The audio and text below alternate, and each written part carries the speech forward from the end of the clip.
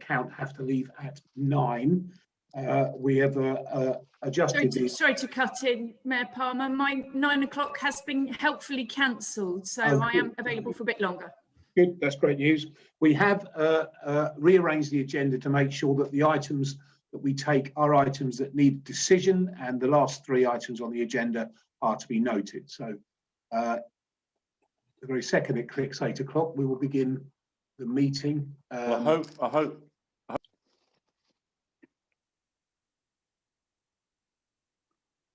It's John Sue. He's run off. Hold on. Are we live? We are live. Yes.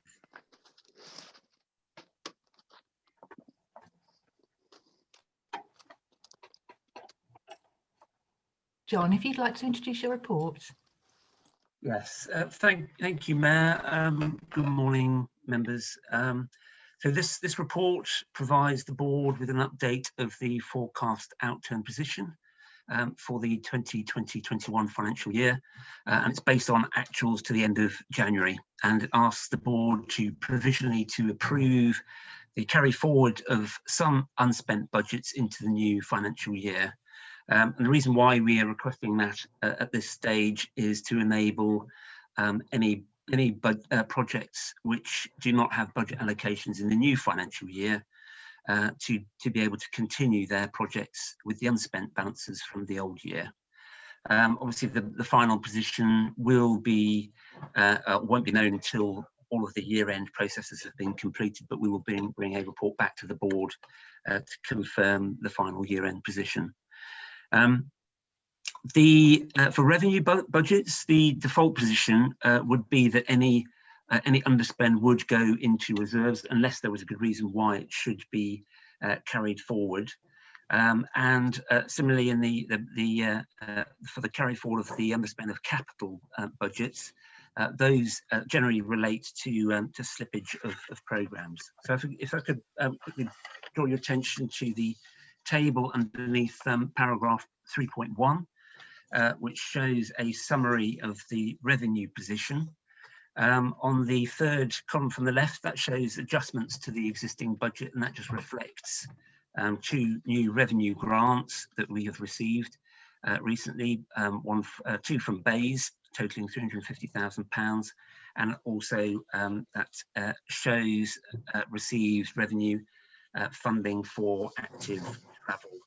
And the total underspend for the year is forecast to be approximately £7 million, of which 5.6 million is asked to be carried forward. A list of all material balances to be carried forward is shown under paragraph 3.2, and these tend to relate to multi-year projects which will need to be carried forward to continue with the work programme, for example, for AEB and for the CAM.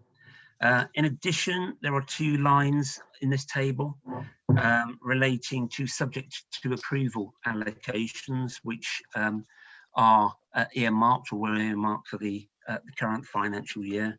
And again, those are being requested to be carried forward into 21-22. So there's a capital programme. There is a summary position which is shown in the tables underneath paragraph 4.1. Again, the outturn forecast is about £147 million against the budget of just over 207 million. And the majority of that is slippage, about 25.9%. And it's not uncommon for capital programmes to slip upwards of 30%. Many of those are because obviously projects, especially multi-year projects, need to have funding approved in advance of committing to contracts. And all the material capital underspends are shown under paragraph 4.5. And we've got a full breakdown of all the outturn forecasts and the split between slippage and underspend, and of the subject to approval balances to be carried forward shown in the appendices. Just wanted to draw your attention to one error in Appendix 2 in terms of the digital connectivity line. all of the outturn variance should be shown as slippage rather than the split as shown. But happy to take any questions on the paper. Thank you. Thank you very much.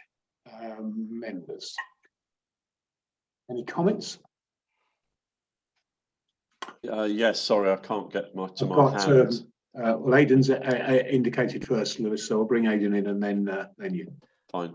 That's just very briefly then on the garden villages spending. That's £600,000 that we've spent on garden villages, and I was wondering what the output of all that work is going to be. I mean, is that entirely going to be sort of directed into the PBC OBC process? When will that emerge? That's a huge amount of money to spend during a year without any sort of output at all, visibility of that.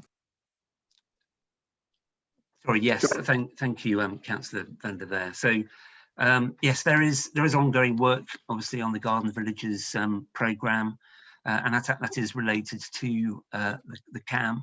A lot of that will be taken up with legal advice, planning applications, and going forward, there may be payments for to put down on potential land acquisitions. So none of the spending so far has been on option agreements or land acquisitions. I'll have to confirm the detail of that, but I think Kim may be coming in on that. Yes, thank you, Chair, if I might. Yes, of course. Yes, as you know, during the course of the last year, we discussed with the leaders how we would take forward the CAM programme, and that included looking at the CAM as a single network and a one programme. And consequent upon that, we looked at developing a Garden Villages strategy. So we have been working with Deloitte and with Homes England to put together a strategy. And the emerging findings from that is that the Garden Villages and the One CAM network are intrinsically linked. And therefore we are binding that up into a single strategy, which will come forward it's coming through to officers now. It will come forward to leaders in an informal leaders session, first of all, so we can test the concepts with you. And then if approved, we would bring it formally to the board in June. Kim, Aidan mentioned just there about any land acquisitions. Have there been any land acquisitions at all? No. Chair, if I might, there haven't been any land acquisitions yet. This is purely the work that we have been doing is about testing the concept, looking at what that might mean for local planning applications, how we might proceed, and therefore it's far too early at this stage to be thinking about land acquisitions. We are looking at testing largely the concept around land value capture. Very much. Lewis, you still can't get your button to work, but I think you want to speak, so it's your turn. Thanks, Mayor.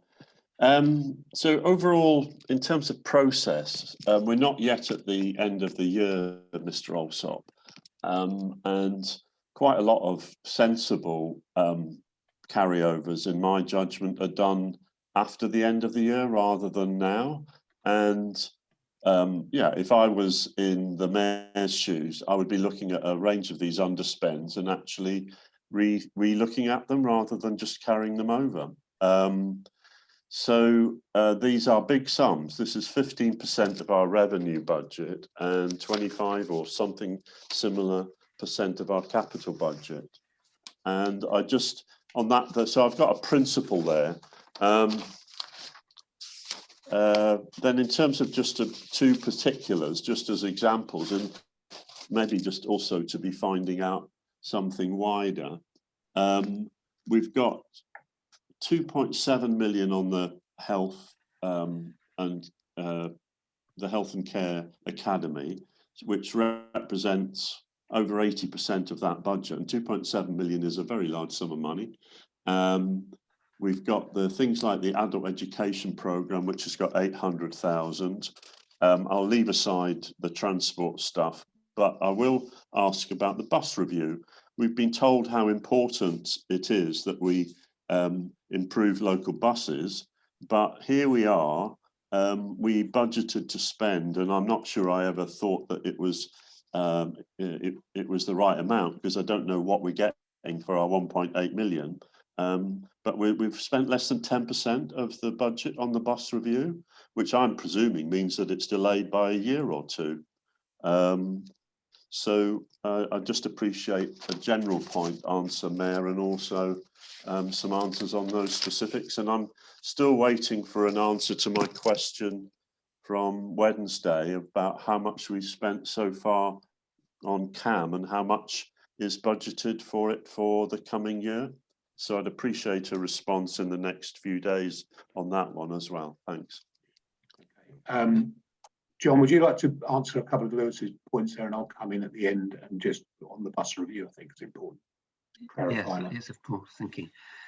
So just to pick up perhaps in reverse order, the expenditure on the CAM, that is shown in the papers.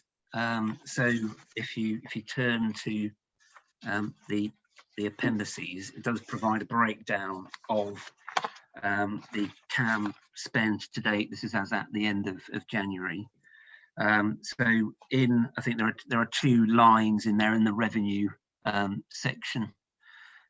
So for the CAM Metro OBC, which, if you remember, was the original development of the City Tunnel section.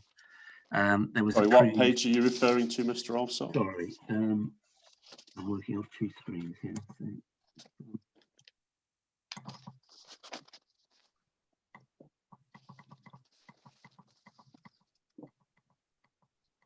My question on Wednesday was spend to date, not just spend in 2021. But if you point me to the page. Yeah.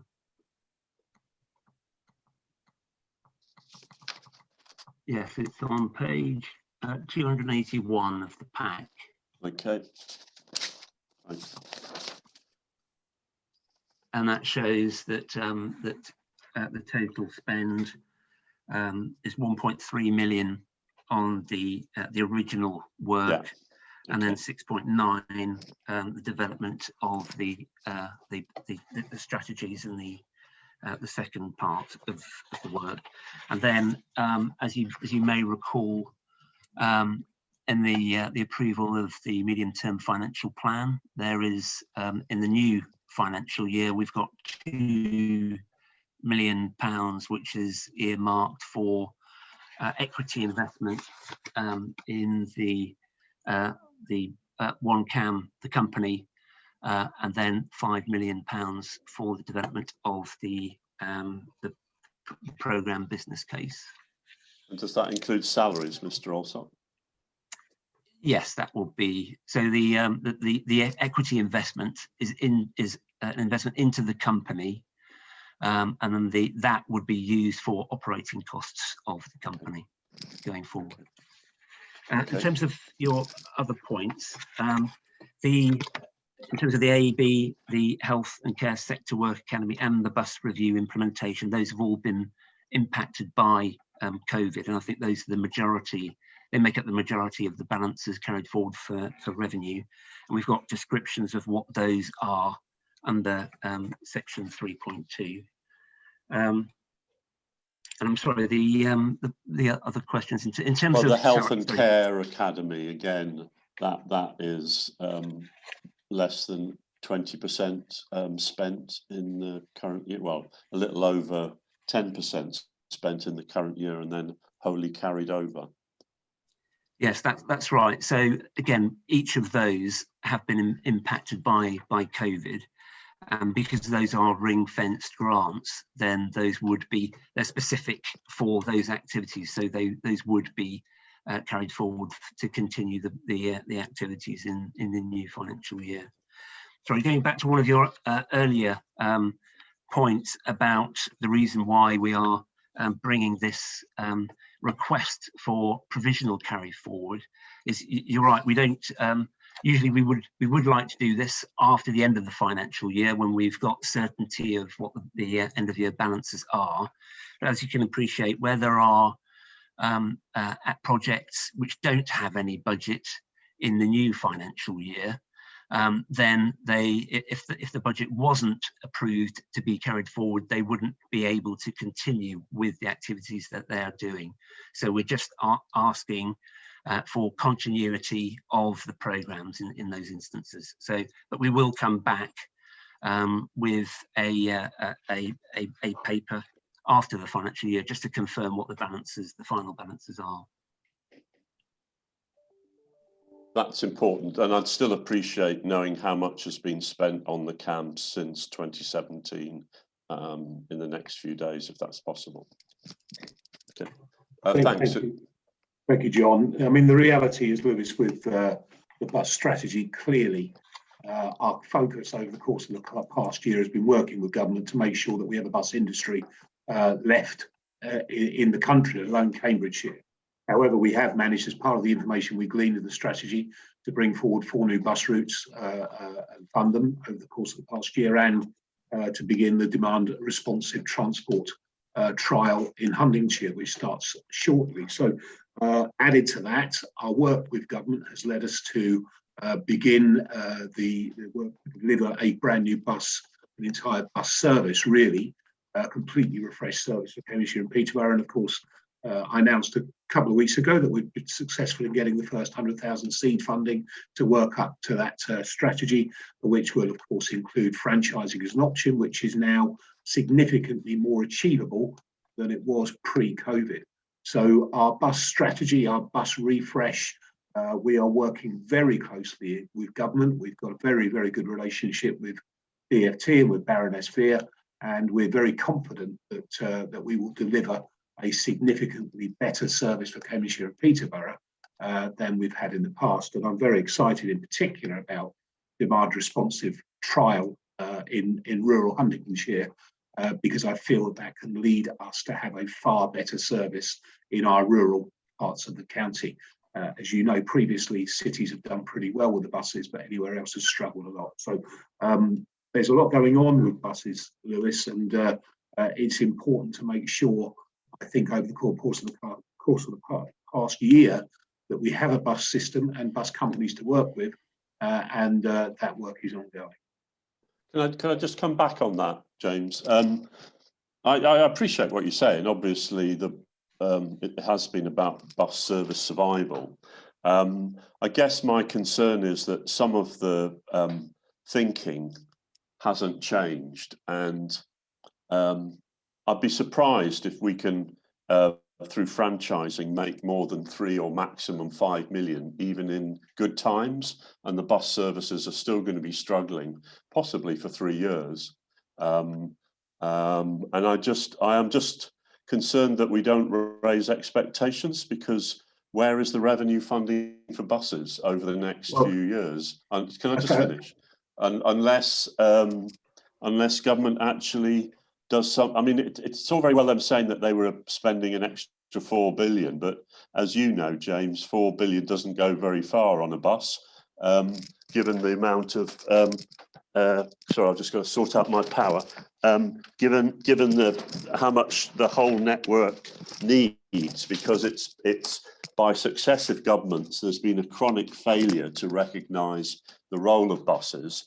And whilst you're right in saying that the cities do better, I don't think city residents in either Peterborough or Cambridge would say that the bus service is relevant to them, because it's just, for various reasons, way beyond. So I know you want to win an election, and I respect that, but I just think there is a discussion to be had, because there is still not going to be more than, not even going to be 10%, James, of the kind of funding that will be needed to achieve the kind of bus service that counts as basic and you could get in other European countries. Well, we fundamentally disagree then, Lewis, because I think most of your statements today are due to a lack of understanding of where the government are going and the conversations that we've had with government. And I wouldn't be making the statements I had if I wasn't confident in the complete refresh of the system and the service we can offer across Cambridgeshire. John Holditch.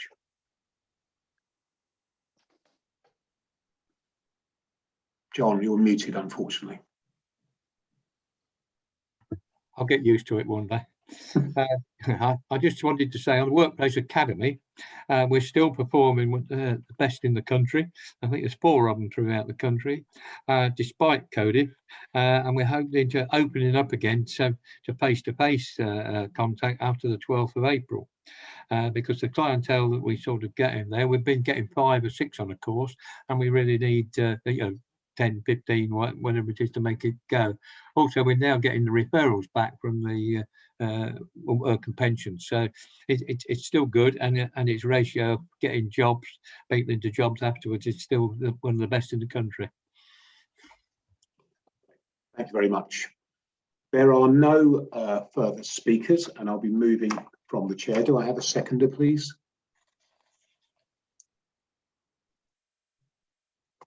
Councillor Bailey. I will go through each member in turn. Mr. Adams. 4. Councillor Bailey. 4. Councillor Bowden. 4. Councillor Count. 4. Councillor Herbert. Sorting out power.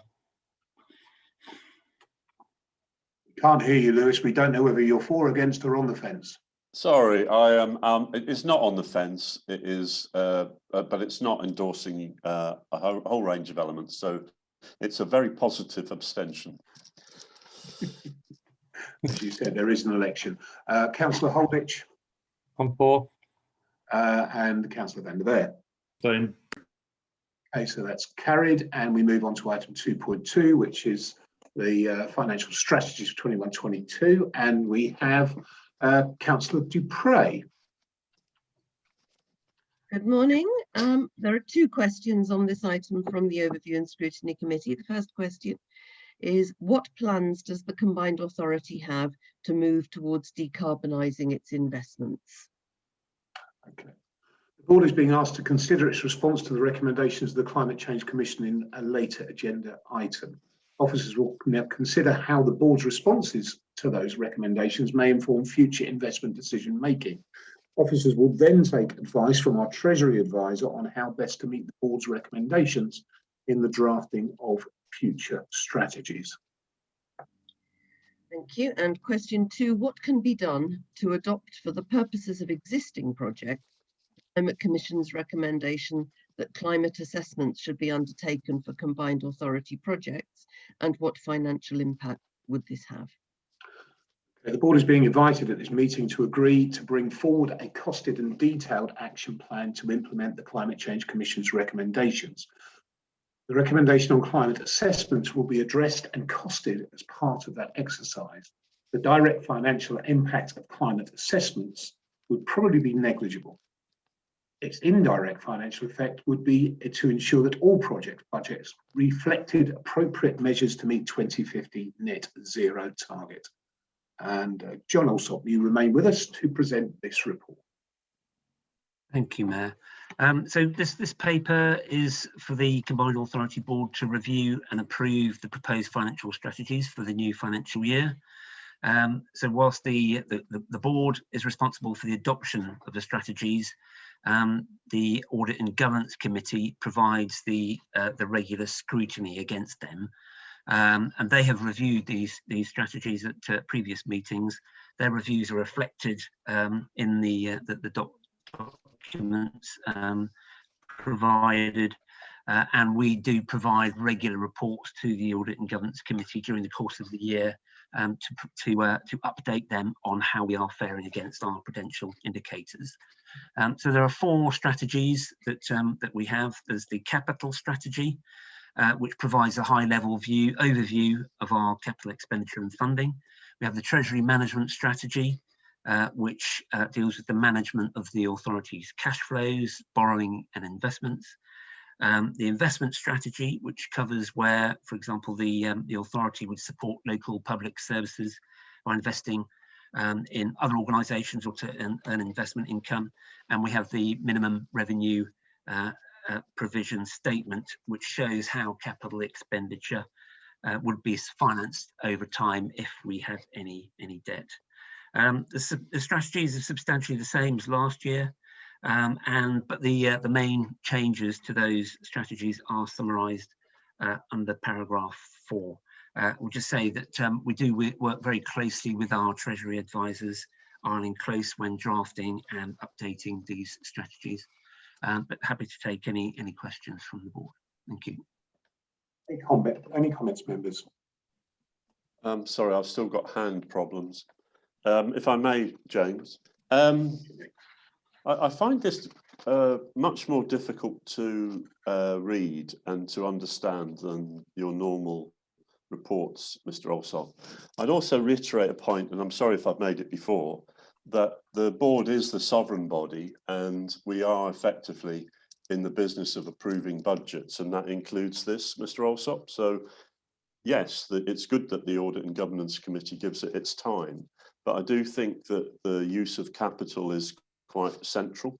So I guess if I just focus on the issue that I'm most interested in, it's what rate of return are we getting for all our money? So if I refer to page 312, we've got Treasury investments, which in large part, some of it's yielding the astronomical 0.02% return, if I'm reading it right, which means it's just about nothing from the money market fund, and that the current rate of interest elsewhere is 0.39. So I'd really like to understand on that, Mr. Alsop, much more accurately what the range of interest is on that, because effectively that is 147 million, or it was the portfolio before. I confusingly, and I don't know why it happened, and maybe other members have had it sent as well, on the capital strategy report, I've got an unfinal edited version with lots of different figures and lots of crossings out. So I found it really difficult to read it because it looks like it's been updated from last year's and it really is difficult to read. So I don't know if after this meeting we can have a clean copy of that, because it looks like last year's report has just been written over in the version that was sent out as part of the agenda. So what I'm particularly interested there as my second question, Mr. Alsop, is I can't see, looking at this garbled capital strategy report, what exactly has been used, if you like, as rolling fund money, because we've loaned further sums of money, particularly to Larag Homes from our Treasury management. And where is that reported, Mr. Alsop? Okay, thank you. There's a number of questions there. So just to take the versions of the strategies that you've got before you, there should be two sets of strategies.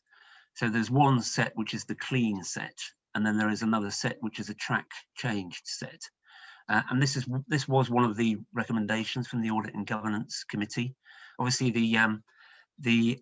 what they asked to see was to show what the differences are between years. So hence the track change. You're absolutely right. It is the old strategy which has effectively been written over. But that was one of the things that the Audit and Governance Committee asked for. And apologies if it is. So some of them are a bit difficult to read, but these are templates provided by our advisors, Arlene Close. So a lot of the narrative, especially in the updates of the wider economy, are provided by them. And the overarching, the capital strategy document is supposed to bring them all together to make that, to summarise the main points across all of the strategies. So that should provide a more sort of readable version of the rest of it. So, and again, turning to your points about rates of return, yes, they are very low at the moment. The money market funds particularly so, but we have those in order to provide liquidity to the organisation. As you'd be aware, the principles that we have to work for, which is bound by the SIPFA code and the Prudential Code, is security first, then liquidity, and then finally yield. So the getting a good rate on our return is the third most significant point that we look at. And in terms of the figures that you have pointed out, the middle one there, the government 0.39%, that is the average that we have got from making or putting out our money effectively to other local authorities, that they borrow essentially at that rate. And just if we go to the DMO rates over the last few years, some of those rates have actually gone into the negative position. So we have regular reports which come back to the Audit and Governance Committee which are benchmarked against other local authorities, and actually we don't perform too badly in those. So I'm afraid it's a case across the whole of the local government sector.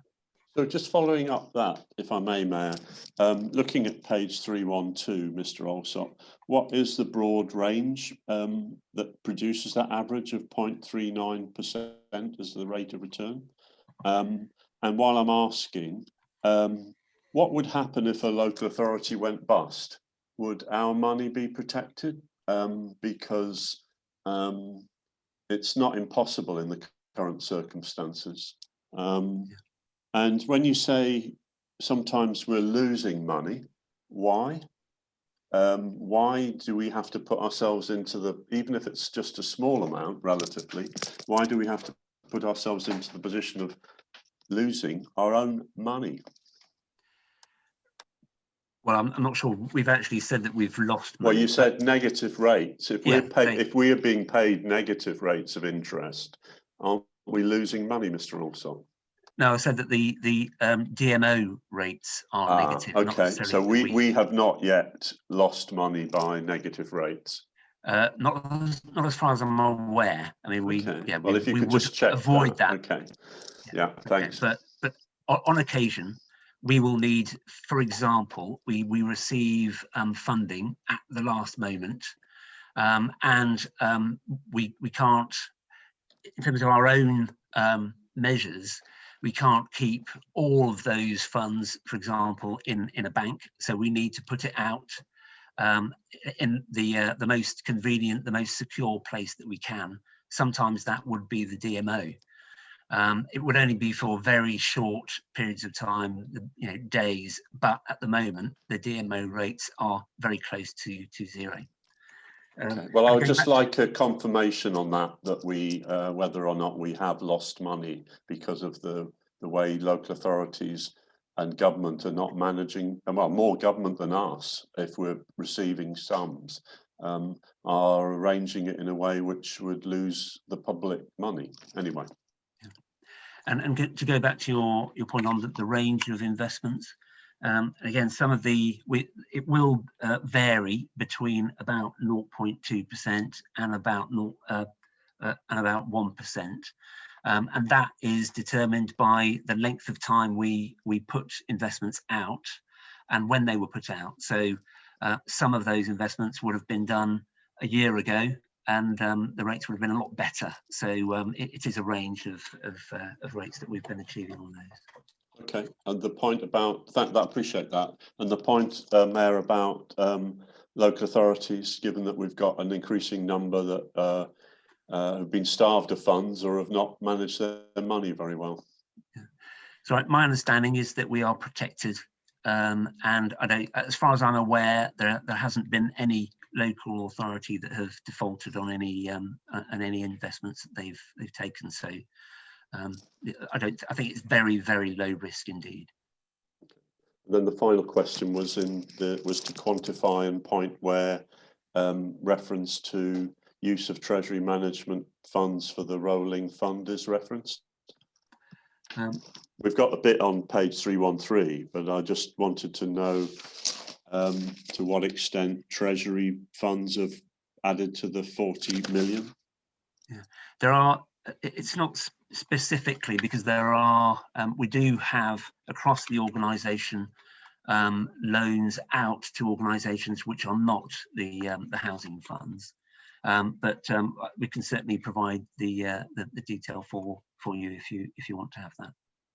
Yeah, I'd appreciate that, and also the rate of return over the last couple of years. Thanks. Thank you. Thank you, Lewis. Steve.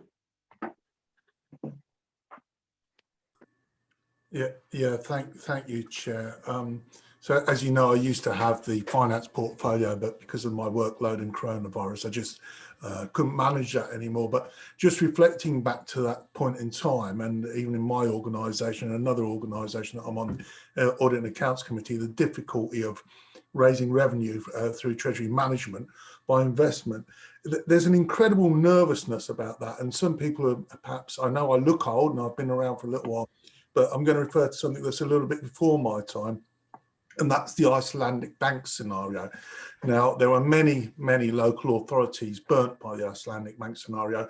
They went for high returns. They lost a lot of money. I know that Cambridge City was involved, and I believe that they were reimbursed by, I can't remember if a Conservative government reimbursed them or a Labour government reimbursed them. And I can't remember whether it was at that point in time, the Liberal Democrats were tearing chunks out of Labour for having made that investment, or Labour were tearing chunks out of Liberal Democrats. The latter, if I could put the record straight, yeah. I really appreciate that, Lewis, because like I said, my memory didn't. So the Liberal Democrats actually put a load of money into Icelandic banks that failed, that was public taxpayers' money, and had to be reimbursed by government. And it was subsequent to that, the incredible nervousness, and quite rightly so, about manipulating public funds in that way and taking higher risk. And I think that has led to these very stringent treasury management operations that we've had since then. But if we look at the questioning today, the problem with it is it's balance versus risk. It's risk versus reward, and you can't have your cake both ways. If you want a higher rate of return, you have to actually accept a greater degree of risk. And if you want to de-risk it, you actually have to accept that there will be a lower rate of return. The two are interlinked. So you can't have one set of questions that goes, we're taking too much risk, and another set of questions that says we're getting to a low return, because they are inextricably interlinked. So I don't see any major changes from the Treasury management strategy since the days that I was in charge, and I'd say it's largely balanced. I would say that there was money allocated for the rolling fund for the housing fund, which may actually be called upon now to deliver the full amount of their housing, which will prove very useful and then be returned into its normal TMS. But that's not a job for us here today. It's just simply a facility that's in there. I'd also like to go on to the point about the clean and tracked versions. It wasn't just the Audit and Governance Committee. We've had so many versions of governance, etc., that we as a board, Lewis, Aidan, James, all of us said, can we have a tracked version so that we can see what's being changed, and can we have a clean version? All of us have received the same pack. At 301 is the clean version of the Treasury of the capital strategy, and at 329 is the tracked one. So I'm very comfortable with that, and I think it's the right approach. Now, on this occasion, there's a huge amount of tracking, and sometimes you get to the point where you say, actually, I'll start again from zero and announce it that way. But I think because it was a request of this board, no, I'll go for, it was a demand of this board so that we could follow changes, that it's not right then to refer to it and say, we've got to go. So if you could check your documentation, please. 301 is the clean version, 329 is the tracked one. Thank you very much, Mayor. Well, I can't remember the board requesting that, but I don't disagree that the utility of having both, Councillor Count. Thank you, Yeah, Mayor. I wouldn't, I personally wouldn't challenge Steve on his knowledge of detail in this area. He's usually pretty spot on in my in my experience. But what I would say, Steve has just mentioned there, the £40 million that we put into the budget to create an extra rolling fund. That £40 million is in the budget. It will be there for use for developing more 100k homes over the course of the next 4 years. And of course, the reason we put that in is just to make sure we belt and braces on all of our housing, and certainly the success of the rolling fund initially will be continued, I'm sure, post-election. There are no further speakers. I will move from the floor if there is a seconder, please. Councillor Holditch. I will ask each member in turn for their vote. Mr. Adams. 4. Councillor Bailey. Can't hear you, Councillor Bailey. That's unusual. 4. Yes. Councillor Bowden. Or. Councillor Count, Or. Councillor Herbert, Abstain. Councillor Holditch, Or. and Councillor Van der Beer. Abstain. Okay, thank you. That's carried by majority, and we move on to item 3.4, which is the fourth tranche of recommended projects in the Market Towns Programme Investment Prospectus. And this report contains an appendix which is exempt from publication under paragraph 3, part 1 of Schedule 12A of the Local Government Act 1972 as amended, in that it would not be in the public interest for this information to be disclosed. Information relating to the financial or business affairs of any particular person, including the authority holding that information, does any member want to discuss the exempt appendices? No, so we will move on, and Domenico is going to engage us. Thank you, Domenico. Thank you, Mayor, and good morning, Board. This item is a continuation of the Market Towns programme, where to date we have seen 38 projects approved by the Board, awarding over £9 million of combined authority funding and bringing in an additional £11 million of match investment. Today, the Board has been asked to approve a further 4 projects received for the towns of Ramsey in support of a new civic and business hub and pedestrianised zone, in Wisbech in support of a new water park for the park, and in Chatteris to support a local skills development centre. The funding requested today totals £778,679. There was one other project received for Chatteris in support of a new community and museum space. Unfortunately, this has been referred back to the applicant and will return to the Board for consideration in June. Before I finish, I would also like to remind the Board that all projects have been independently appraised and the assessment reports have been included as appendices. I have also included a breakdown of all the funding allocated to date and a breakdown for each of the towns. The aim is to get the remaining money, the 2.6 million in the programme, allocated by July Board. I now commend the paper to the Board. Thank you. Thank you very much, Domenico. Any comments, please, members? No, so I'm happy to move from the chair. Seconder, please. Councillor Bowden. As nobody's commented, we will take that as a unanimous vote. And I'd like to thank Domenico and the team for the continued investment into our market towns. And of course, our market towns over many years have suffered from lack of investment, and it's about time they had their share. And I'm delighted that the Combined Authority is looking not just north or south, but across the entirety of Cambridgeshire and Peterborough to invest. We move on to item 3.5, which is the Greater South East Energy Hub. Alan Downton, the Interim Programme Manager, will introduce the report. Good morning, Mayor Palmer and board members. I'm here to talk about the Greater South East Energy Hub. In the board paper, it outlines a number of positive points why the CPCA should remain as the accountable body for the Greater South East Energy Hub. The board paper is also accompanied by a business plan which goes into a lot more detail. In section 4.4 of the business plan, it outlines a number of opportunities we would explore around supply chain, particularly shortening them, manufacturing, and the skills agenda, etc. The business board will be heavily involved, and also we are looking at integrating some of this into the business growth service. The 4 recommendations are set out on page 1 of the board paper. Thank you. Members, any comments, please? Okay, so no comments. Hang on, I have. Oh, Councillor Holditch. Right. Well, you might. Well, because this was absolutely useless and not doing the Combined Authority any good at all, Peterborough City agreed to take it over.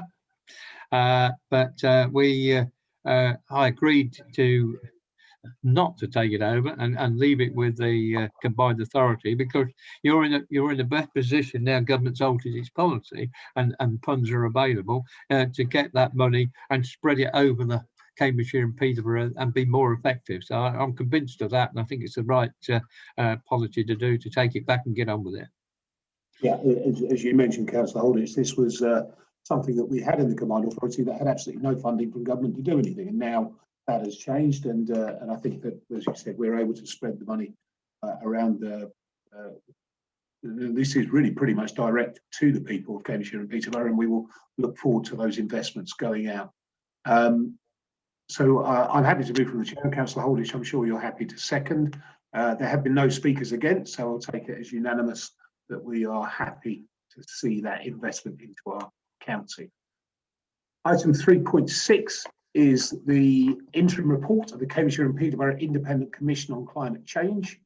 An additional recommendation was published last week, inviting the board to agree without prejudice to its full response to the Commission's interim report to release £50,000 of revenue funding immediately to provide support to the CPICC Fenland Peak Committee in the coming financial year, and to commission officers to begin preparatory work for the formation of the Climate Cabinet described in the Commission's report.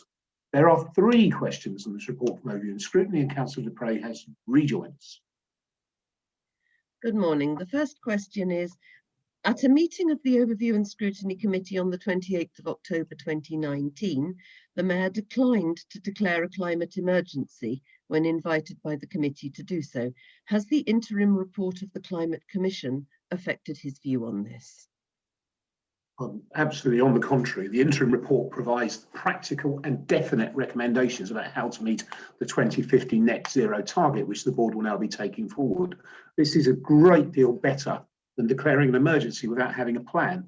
And that was absolutely the case, by the way. Had I declared an emergency, I wouldn't have known for what, because I didn't have the information to hand. So this is giving us deliverable measures and infinitely more useful than the rhetoric of just declaring a climate emergency. Your next question, please, Councillor. So for clarity, in your view, is there or is there not a climate emergency? The clarity, in my view, is that this report gives us clear deliverables on what to do in Cambridgeshire and Peterborough to meet the targets set not just by government but by the international community.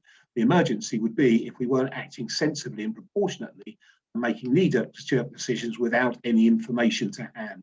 And making knee-jerk decisions without clear information is not the best way to form policy at any stage. Thank you. So the answer is no. The Climate Commission report, second question, recommends that a climate cabinet is set up. How open and transparent will this climate cabinet be? Will it meet in public? Will members of the public and of the Overview and Scrutiny Committee have access to its papers? How does the Combined Authority Board intend to prioritise the recommendations in the report? Chair, apologies for cutting across.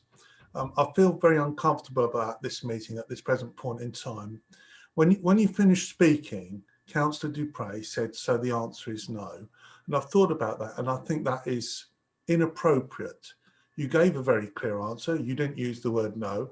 And Councillor Du Preez here as chair of the ONS committee asked a question, got a response, and should not be making comments like that in the public domain in that manner. I feel very uncomfortable about that. And I'd like the monitoring officer to make comment on that, please.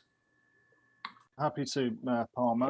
So Councillor Du Preez has an opportunity to subject to your discretion, ask a follow-up question rather than, I think, a comment. So perhaps if that's sufficiently clear, Chair. Okay, thank you, Councillor. Councillor Herbert, you want to have a say on this? Well, just briefly, I mean, I just think that if there isn't a clear answer, I would instinctively have said something akin to what Councillor Du Preez said. So I welcome the fact that we've got an Overview and Scrutiny Committee, and I think as we as a board, I think, agree that under the current chair, it has actually got down to serious work and is doing a good job. And I hope that we continue to foster that relationship. Okay. Councillor Du Preez. Thank you. The question asked whether the report had changed your position on this, Mayor. Your reply began on the contrary, which sounds like that was the answer no. I was merely seeking to amplify and clarify that on the contrary meant no, which is what it normally does.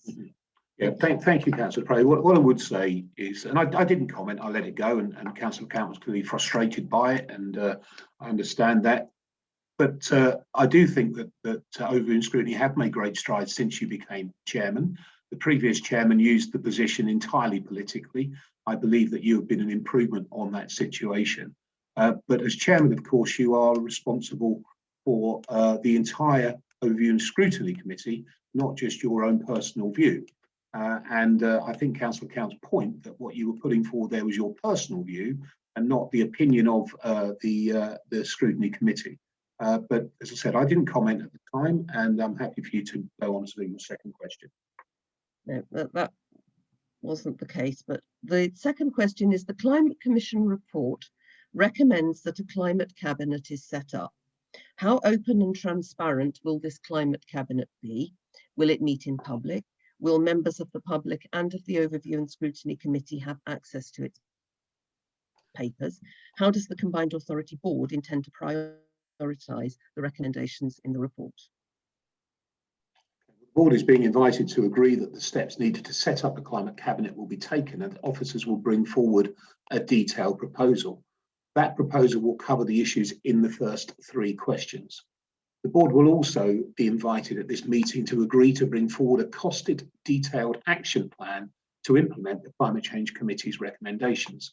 The plan will address the 4th question about prioritisation. Third question, how will the Climate Commission and the Combined Authority Board engage with key stakeholders, especially the farming community, to ensure there is good communication around the issue of peat outlined within the Commission's report? It's vital that the policy on peatlands is made on the basis of a much stronger evidence base than is available to policymakers at the moment. There are very significant gaps in the data on peat and very significant gaps in the understanding of the effects in different farming methods. Fen farmers and other members of the Fen community must be given a lead role in developing a robust evidence base before government decisions are made. The board is being invited at this meeting to accept the Commission's recommendation to establish a Fenland Peat Committee. That group will engage with key stakeholders and especially the farming community to ensure that their voices are heard and their evidence taken on board by government as it develops policy about peatlands. Adrian Cannard is going to introduce the report. Thank you, Councillor Dupre. Thank you, Mayor, and good morning, members. You have before you the first report of the Independent Commission on Climate, and it was established to investigate the impact of the changing climate on our area, how emissions could be reduced, and what adaptation is needed. The Commission found that our area is facing climate-related challenges, including flood risk, water supply, overheating, and impact on farming. It also found that emissions are higher per head in our area than the national average, and they are reducing at a slower rate. They found that the area's share of the global carbon budget to avoid most damaging temperature rises could be used up within 6 to 9 years at the current rate of emissions. However, as you heard in your introduction, in those comments in response to the questions, there is not enough good evidence on some aspects, including emissions from peat soils, hence the recommendation about further research on that topic. The Commission also highlighted there are opportunities in responding to climate change, including the growth in green tech businesses, jobs in retrofit, and adaptation around food and farming. And there can be multiple benefits from taking action, including well-being and biodiversity. The Commission's evidence base shows the area can achieve net zero by 2050 and continue to grow its economy strongly. The Commission in particular highlighted that different communities and individuals will have different opportunities, and that more work will be undertaken by the Commission on the financial aspects to enable a just transition, to consider the ability to fund and not disadvantage any area or community.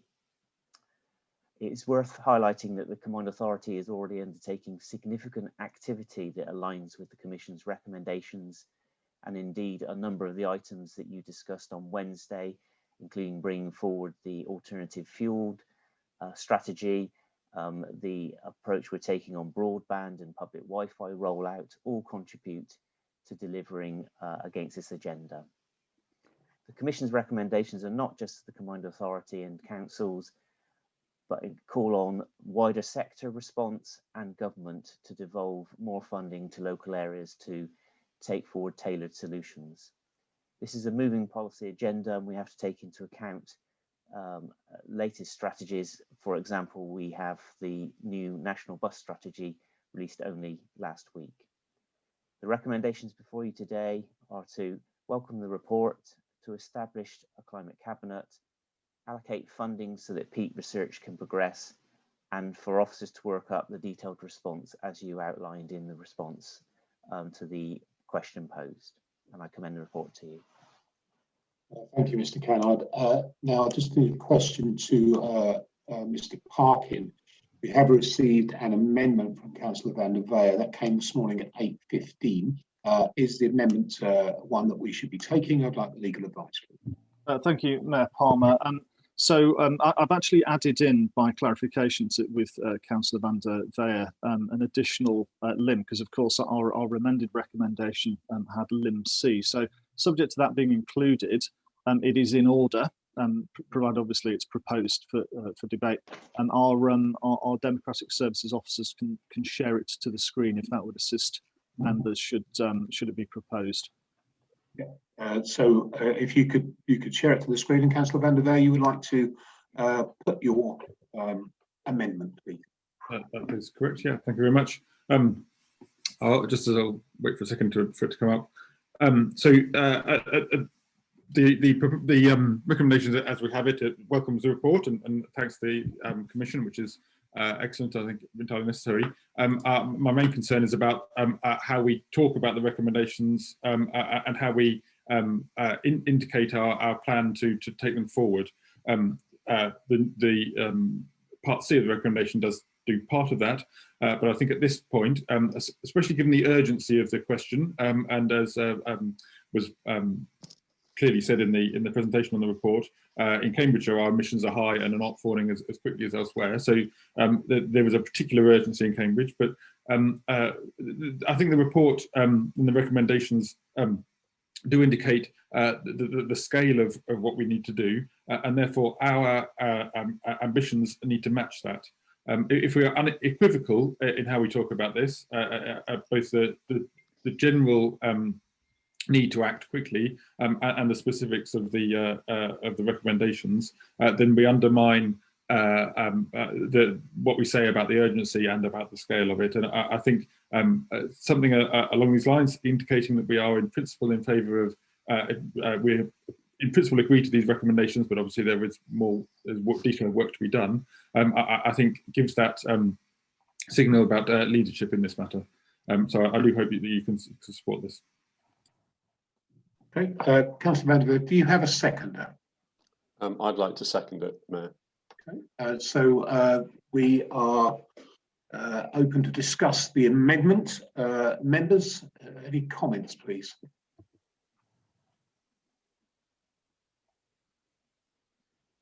No comments that I can see, so we will then. Chair, my hand has been up for about 5 minutes. So, as is mine, Mayor. Okay, apologies. It's because of the split screen. It's not showing, so I apologise to both of you. And I can see also Councillor Holditch has got his hand up as well. But we will begin with Lewis.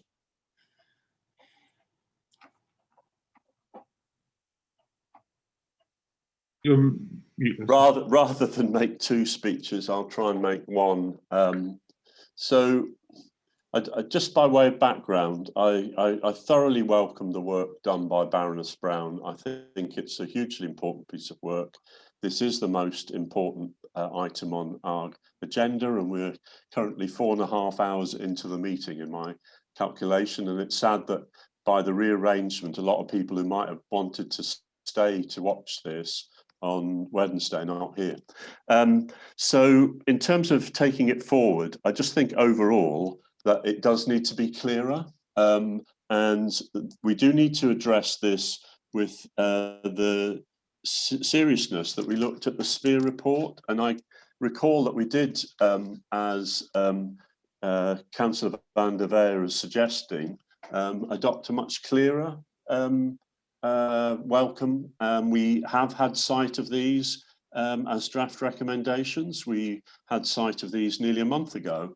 So it's not as if they're a surprise. I accept that there are significant challenges in that there are issues, but I don't actually think, Mayor, in the way that Baroness Brown has skillfully worded the proposals, that there is actually anything in there that is impossible.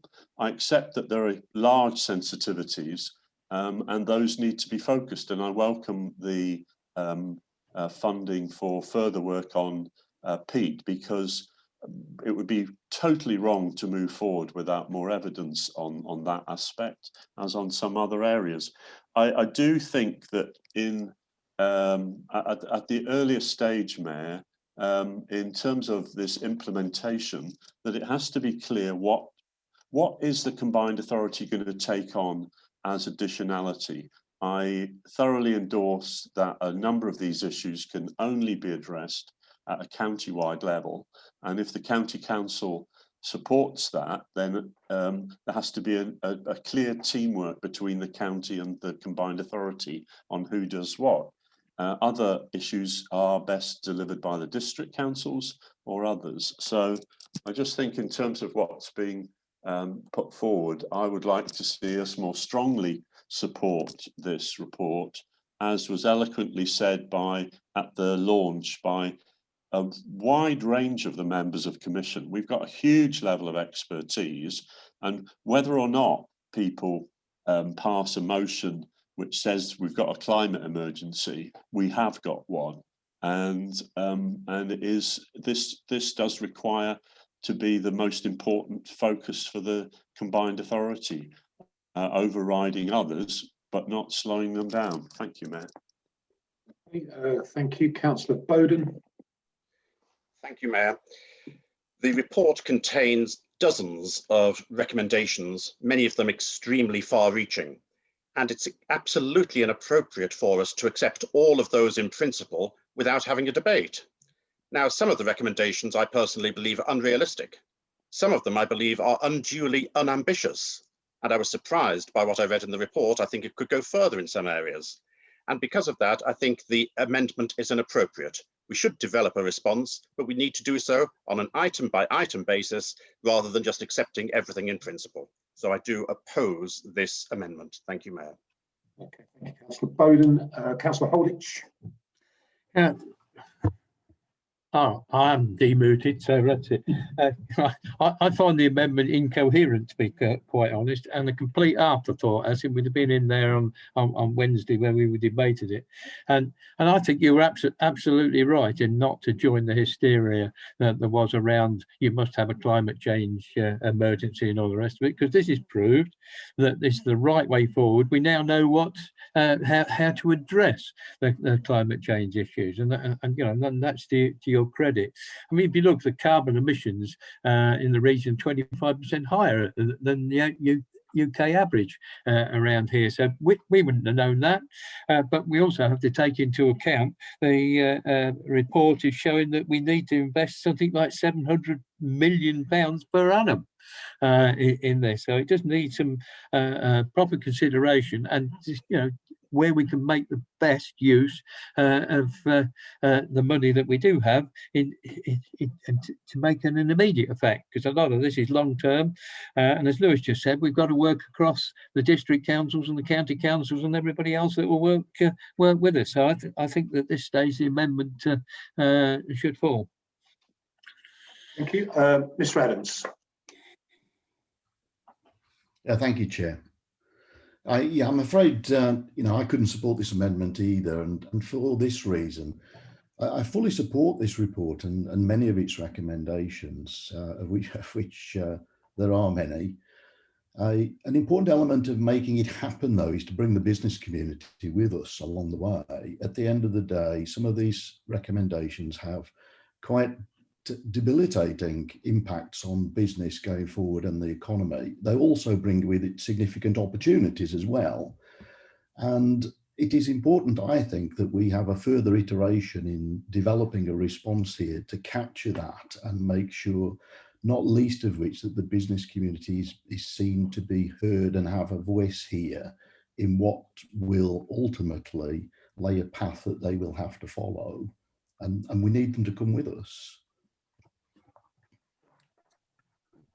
Thank you very much, Mr. Adams. Councillor Bailey.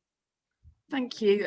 It was really good to hear from Austin there. And I think, you know, so much of this is about winning hearts and minds and taking everybody with us. You know, we have had an enormously detailed set of recommendations, you know, that have huge implications, and we cannot rush to accept everyone in its last detail. You know, we need to, obviously we accept the spirit that this report has come to us, and we are all absolutely wedded to, you know, needing to take big actions. That is clear. We've started to discuss this as you know, a board, away from board meetings, and that's absolutely right, because a lot of work has got to go on behind the scenes to understand the detail. You know, from an East Cams perspective, I'm not in the habit of signing up to things that I can't see a clear way to deliver. And at the moment, you know, and you know, Councillor Herbert said a lot of these things are difficult. They are. It's not that we are shirking or shying away from having to find a way to deal with them. We all accept that. But just taking, you know, from an East Cams perspective, the waste collection, waste and recycling service, which is, from an East Cams point of view, pretty much, I think, our biggest CO2 emissions issue that we've got to deal with. And at the moment, you know, I'm not aware that there is a vehicle that you can purchase for anything like any sort of reasonable sum that can actually cope in a rural area with running the waste and recycling collection service. So, you know, until I can find a clear way to dealing with that as an issue, I am very reluctant to sign up to, you know, a detailed recommendation that requires me to do something about that. Because I will rightly be held to account on that. So before I sign up to anything, I want to understand how it is that I can actually deliver what we're saying. That's got very detailed, but I just use it by way of example, really. Just on, so I agree with what the last 2 or 3 speakers have said, and agree that we need to do more work, a lot more work on this, and we need to take people with us before we accept the recommendations in principle. Just on a point of accuracy, because I think it's important, and looking at the monitoring officer, can we just clear up the amendment? Because I believe the words "in principle" in the amendment should be in bold, because I believe they are additions. Otherwise, the standing recommendations, the original recommendations, wouldn't really make sense. You're quite right, Councillor Bailey, through you, Chair. That's it's just a bit of a scramble as we try to get that to screen. So and Councillor van der Weyer did indicate that to me. So yeah, my apologies. That's fine. If we can just clear it up for the record, it's just important for accuracy. Thank you. Thank you, Councillor Bailey. Councillor Camp, you very kindly stayed on for this debate. So yeah, I'm going to stay on for just a little bit longer as well, as long as I can. Could you share again, please, Robert, because I wish to refer to it as well. Rashanda, if you can. So I think, so first of all, I'm against this amendment, but the second, I want to clear up why, and I want to clear up what this amendment means, and barring the fact that in principle should be in, this is the incorrect one. This doesn't have the points, the other points. Yeah, sorry, Rashanda, could we put the full one on?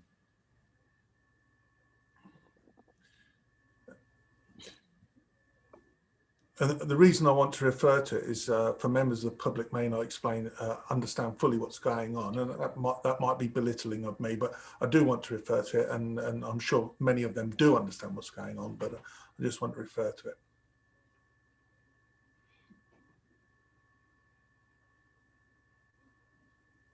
Thank you. All right. So what we're clear about here is the amendment is literally only the bits that are in bold or in strikeout. So the actual action notes of the £50,000 revenue funding, even if this amendment is defeated, will still go ahead. The second recommendation, the commission the officers to commence preparatory work, even if this amendment fails, should the substantive motion happen, this still goes ahead.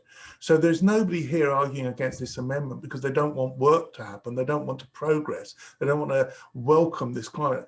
What they're doing is they're saying, actually, some of these recommendations have been messed about with for other reasons. And I side with Councillor Holditch, where he said it's incoherent, because if we look at it, and this is B, Councillor Aidan van der Veer is obviously unhappy that we're going to develop response, and instead we should accept wholeheartedly. However, if we move past the colon, the comma, we, instead of accepting it, need to pend an assessment of their implementation, which surely is actually where we started off with by developing a response. So it's actually messing about for no substantial reasons. And I'll bear that out even further, because when the seconder spoke to this, Councillor Lewis Herbert, he said, I wholeheartedly agree with this amendment, but then went into some detail about what the role of the county council is going to be, what the role of the district council is. And that's the sort of thing that we've got to clear up by developing a response. So I actually felt that he was contradicting what he was trying to support at that point in time. And I was left as confused by that response as I was by the original amendment. So I've no hesitation in knocking this back. It seems to be messing about just for shall we say, pre-election political purposes yet again, because it serves no purpose. Now, we've got a 126-page report to consider that's very complicated in detail. It's welcomed, recommendation A, we welcome it, but we need to get in the weeds here. We need to get in the nitty-gritty and start analysing those things that are the district, the county, and all of the other details, such as the gritting, the refuse collection lorries in rural areas, so we can actually say this one's accepted wholly, this one's unambitious in certain cases, as Councillor Bowden said, and these ones we don't know how to meet yet. So we're going to have to find out as technology and funding changes. So I really welcome the report. It's an excellent, truly excellent piece of work. So let's give it a proper amount of respect and deal with it not as a whole, but in all of its recommendations, and work through them and give it the respect it deserves. Thank you, Mayor. Thank you. So we have Councillor van der Veer. Would you like to come back as the you would? So Councillor van der Veer. Yeah, just very briefly. I mean, this is really a question of our approach to this issue. The recommendations in the report have been formulated very carefully to be achievable. If when we are doing our assessment and doing our work on this, we do come across some issues, then we should deal with them on a case-by-case basis. But that should not need to undermine our acceptance of this as a whole. We need to put ourselves on the road to zero carbon urgently. Every day lost makes that job harder. We are never going to know exactly how we are going to get there at any stage. And we can't approach this issue like a normal council decision where we weigh up the pros and cons with as much information as we can have. We need to start acting now. And taking people with us on this does involve us leading on this issue. So I would just urge you to reconsider. I'm trying to be reasonable with this recommendation, but I do urge you to reconsider. Okay, thank you very much. So if we could take the amendment down, please, and go back to the normal screen, and we will go to the vote. We have a proposer and a seconder, and I will ask each member in turn how they vote. Mr. Adams. Against. Councillor Bailey. Against. Councillor Bowden. Against. Councillor Count. Against. Councillor Herbert. For. Councillor Holditch.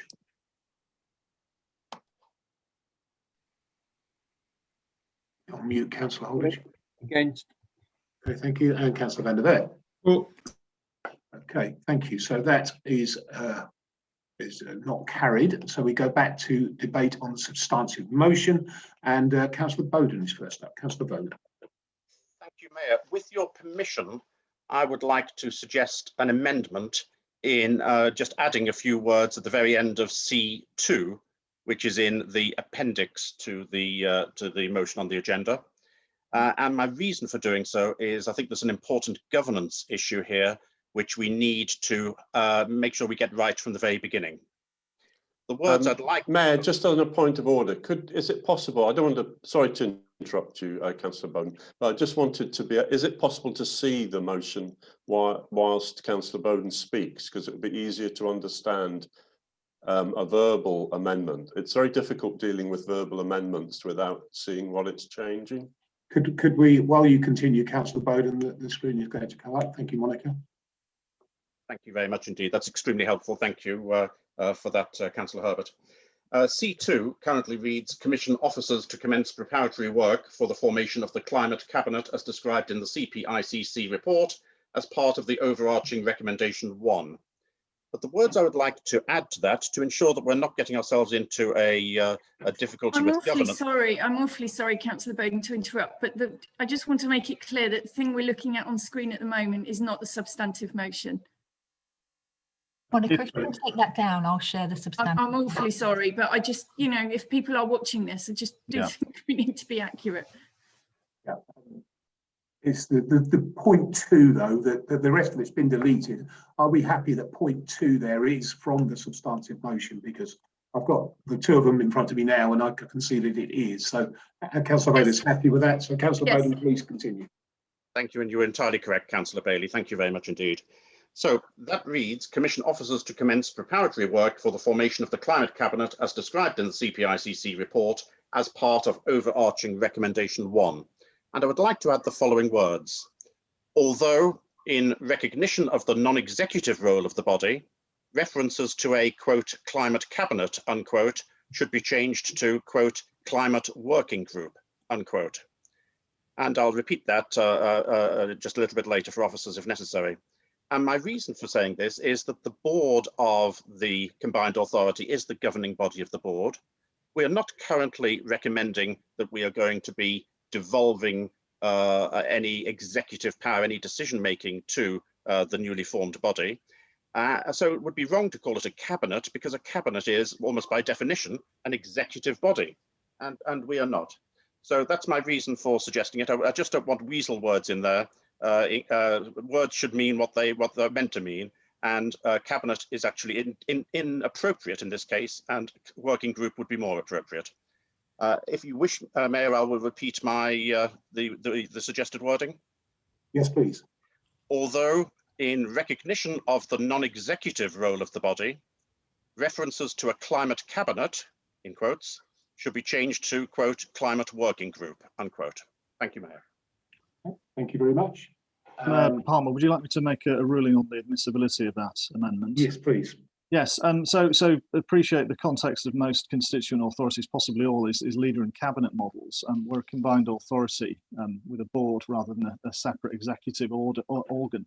If it helps for the clarity of members, I'm not saying it's inadmissible, but cabinet in this context doesn't mean, of course, a part of the organs of the combined authority. So it's open. It's not inadmissible, but whether or not it's thought to be helpfully clarificatory is for the board to consider. It's very helpful. Thank you, Mr. Horgan. Thank you very much. So, given that evidence, and the board have got the opportunity to consider, the first speaker to consider is Councillor Herbert. I have just listened to other members of the Combined Authority Board saying we need time for reflection. We need to digest the contents of the climate change report. We need to reflect.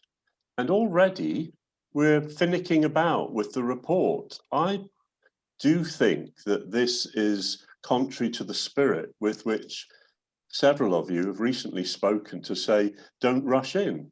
So if the Commission chooses to give us some words because they want to highlight the fact that this is really urgent and that we do need to give it that kind of emphasis, the world knows that cabinets take different forms, and it's quite clear that we work through this board. So this board is sovereign.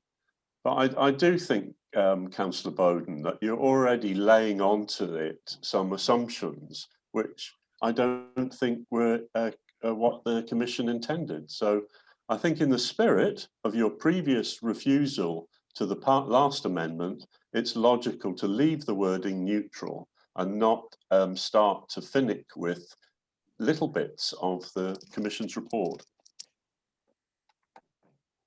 I think the naming of a board is not really finicking with the report or the contents of it. Councillor van der Veer. The words we use in a thing like this, a decision of the board, affect how people perceive what we're doing, our intentions, our ambitions. A working group is just a sort of talking shop off on the side.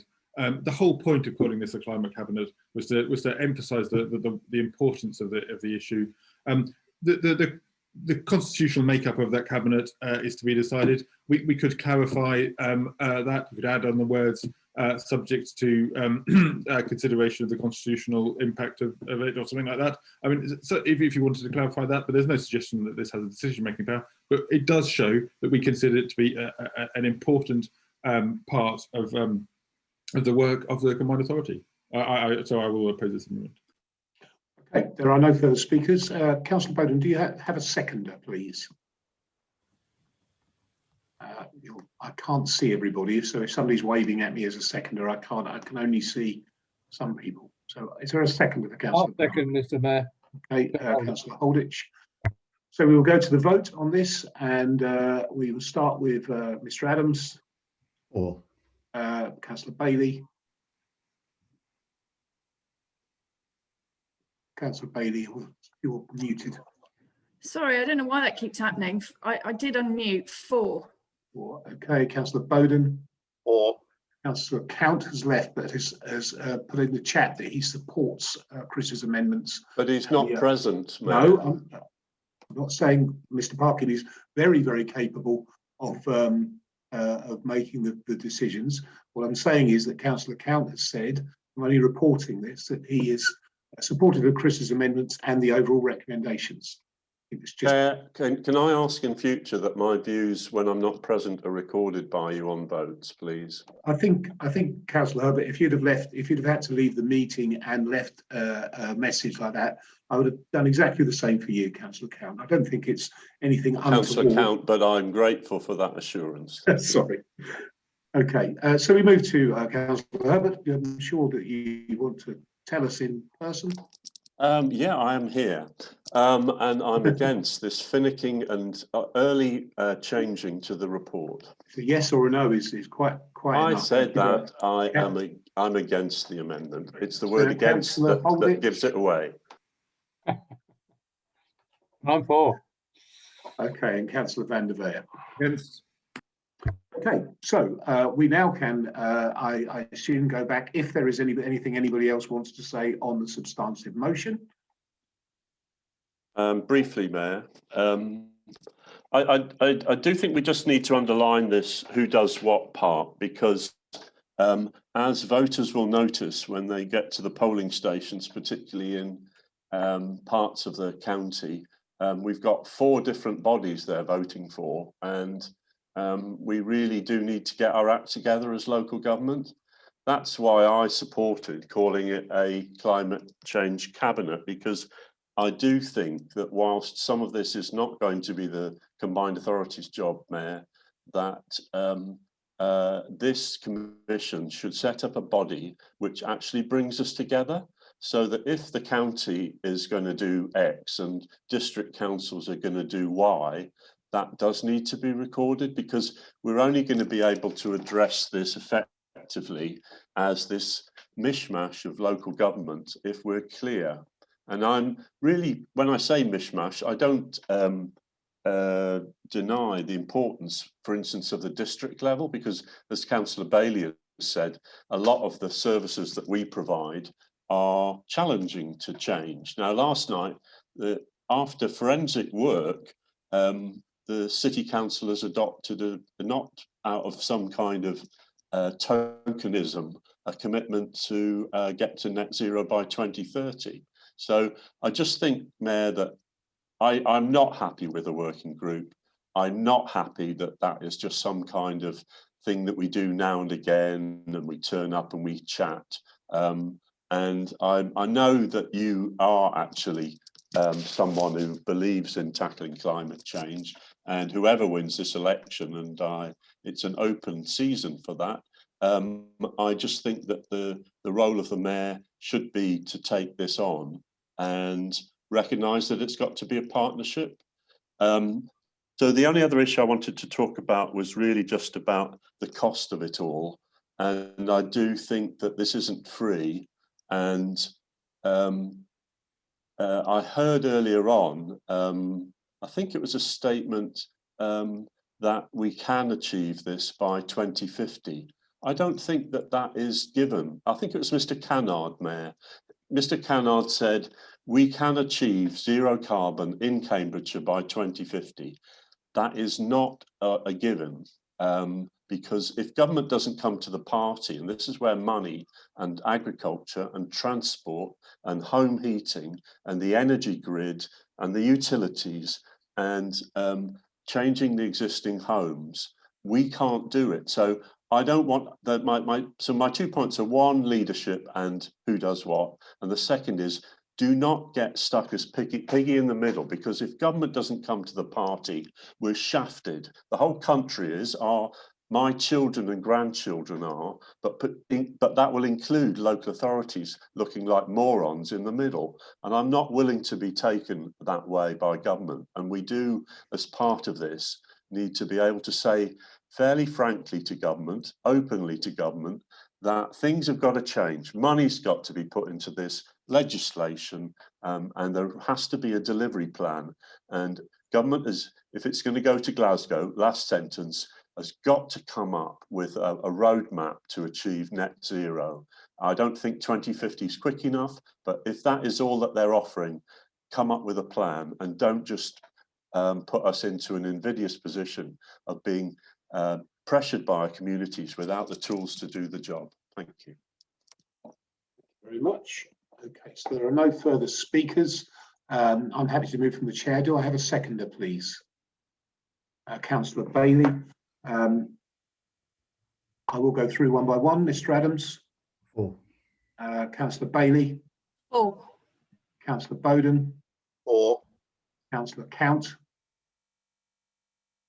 Oh, he's gone. Sorry, apologies.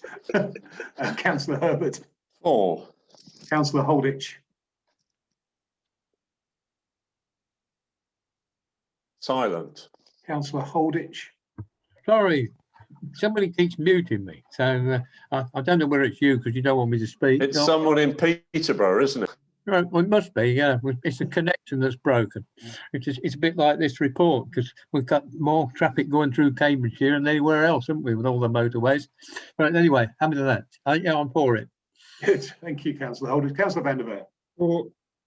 Thank you. So that is carried unanimously, and I think it's an extraordinarily important piece of work, and I'd like to thank Baroness Brown for and her team for an exceptional piece, a document that she's brought forward. And what I was concerned about, and this goes back to the points that was made by Councillor Dupre about declaring a climate change emergency.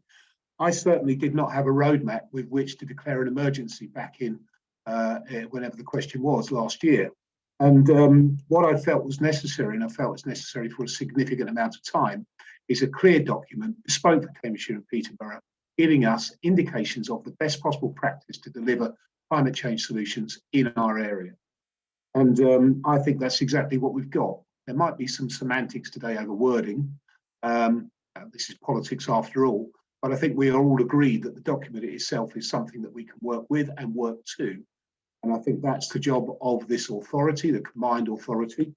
You know, I hear the talk about the districts and the county and Peterborough. Well, that's you guys. You're on this committee, you're on this board, and you will be part of the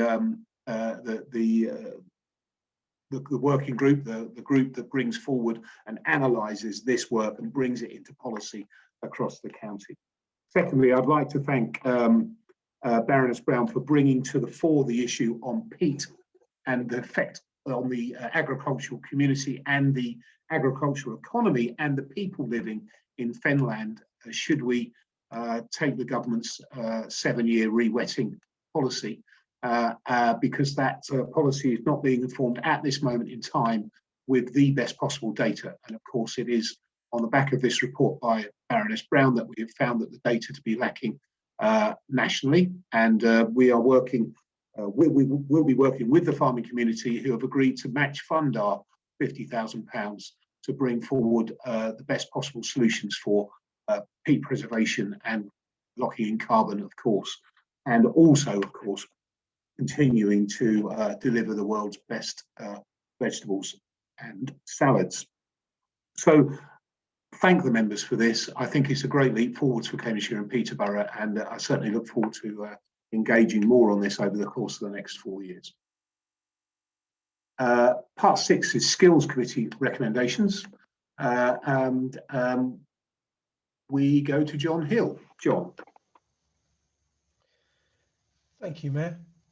As part of the government's lifetime skills guarantee for adults, combined authorities have been delegated new funding in addition to the AEB, the Adult Education Budget. Over £1 million has been delegated to combined authorities to provide first full level 3 courses for approved DFE course list for delivery from April 2021 to 31st July 2022. The funding is of course welcome, as various studies have shown that level 3 qualification equates to a 20% increase in average wages and a 14% increase in employment prospects. Upskilling residents who don't have level 3 is a priority for our economic renewal, boosting prosperity and productivity, and is in our local economic recovery strategy, which you'll hear about later. This paper details the current context of level 3 provision within our region. 60% of residents are qualified to a level 3, ahead of the national average, which is 58%. But that heavily masks Peterborough being 49% and Fenland being 45%. In the paper to the Skills Committee, you'll have seen some detailed analysis of our AEB provision in 1920, which shows that only 5% of funding and 1% of enrolments were onto level 3 courses. Therefore, there is significant capacity building required amongst our family of colleges and independent providers, and a need to promote the level 3 offer to residents and businesses so that the policy lands successfully in our area. Members will note the opportunity to propose additional qualifications for funding not included on the DFE list. And we're working with our local colleges and partners to develop additional qualifications that are suited for our area. The Skills Committee approved the recommendations, and the paper requests approval from the Combined Authority Board for this additional ring-fence funding for the first level 3 courses for adults aged 24 plus. Secondly, to approve the approach to commissioning outlined in the paper and the creation of separate level 3 course funding line that is ring-fenced within our budget for AEB. And then finally, a 3.4% top slicing of the fund, a proportion of which will be used for targeted marketing of the offer to businesses and people. Thank you. Thank you very much, John, and thanks for the work your team have done on this. Councillor Herbert.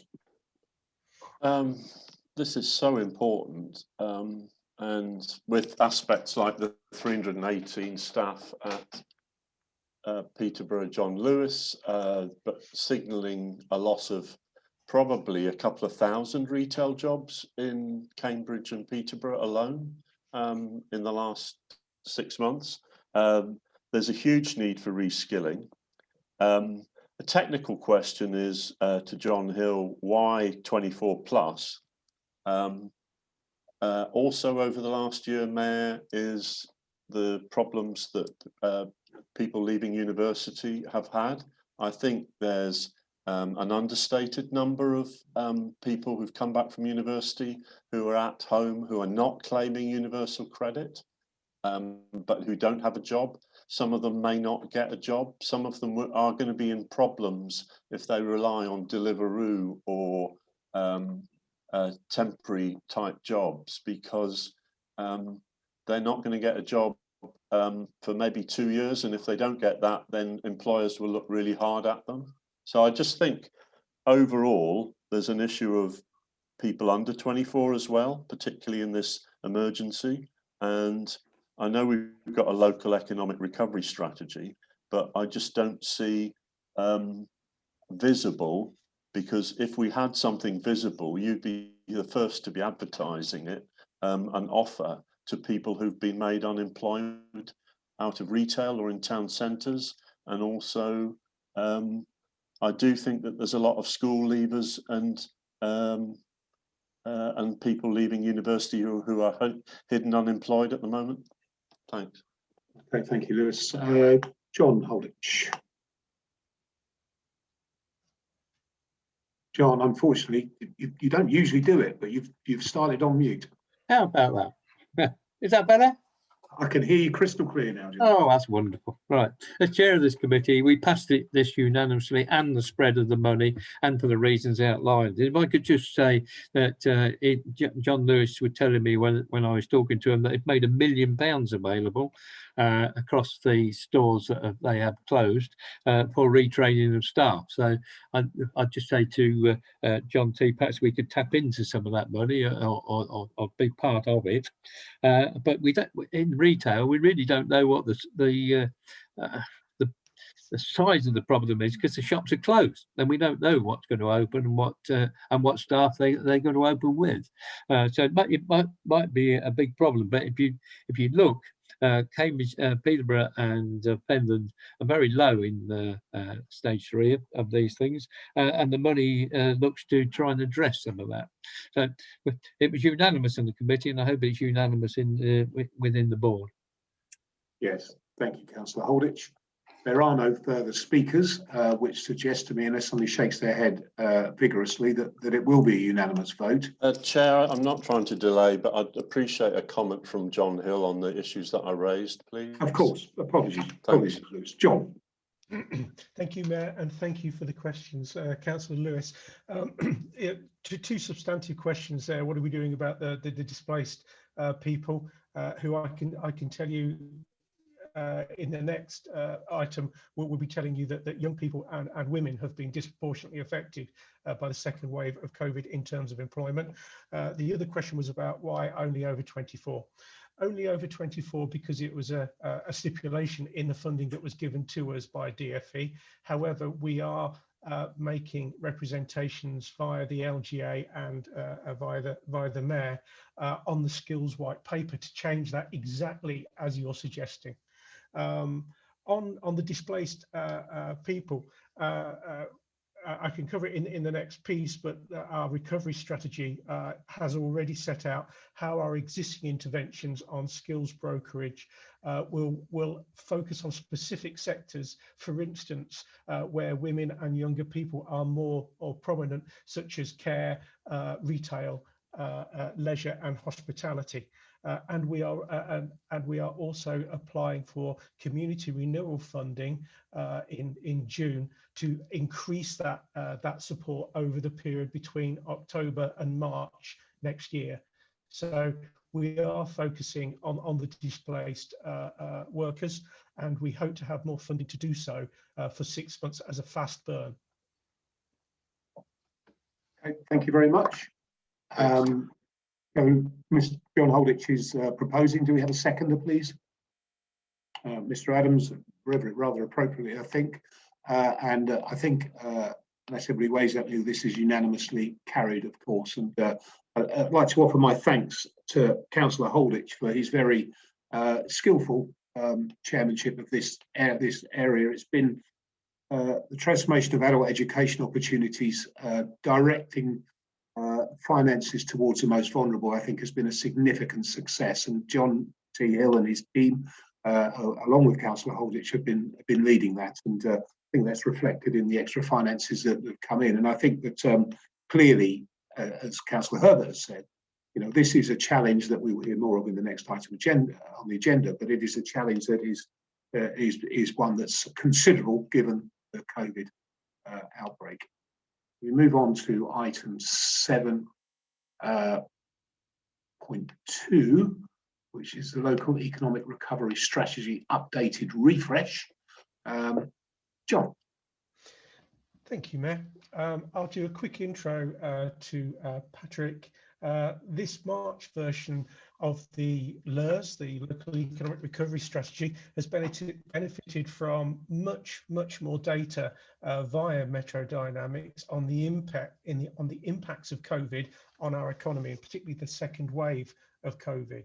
It's also benefited from in-depth input from our local authority partners, development officers, economic development officers and directors, of course, chambers, FSB, CBI and local organisations, and has gone through a workshop with the Business Board and the Employers Skill Board as well. Critically, it also embraces, of course, the Climate Commission recommendations. And what we've heard is, unfortunately, the second wave of COVID and the lockdown has increased the inequalities and increased the need for levelling up over our economy, with particularly Peterborough and the Fens being hit hardest, partly because of their demographic of sectors or their sector demographic that then leads to specific physical demographics. However, it also has baked in opportunities for us to grow back greener in terms of the behavioural shifts and the market shifts, and indeed the government policy shifts towards carbon zero. So we'll be doing that. And as I mentioned in the previous item, we've already adapted our existing interventions around skills brokerage and helping companies to start to grow. And one of the things that we'll be doing is a startup, because unfortunately there will not be enough jobs for the displaced people over the next 6 to 9 months. So one of the additional things we're looking at is startup support for people that might want to start their own business as a sole trader if there aren't enough jobs around.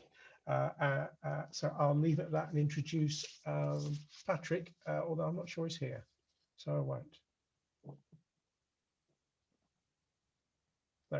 So over to questions. Okay, questions, members. Austin.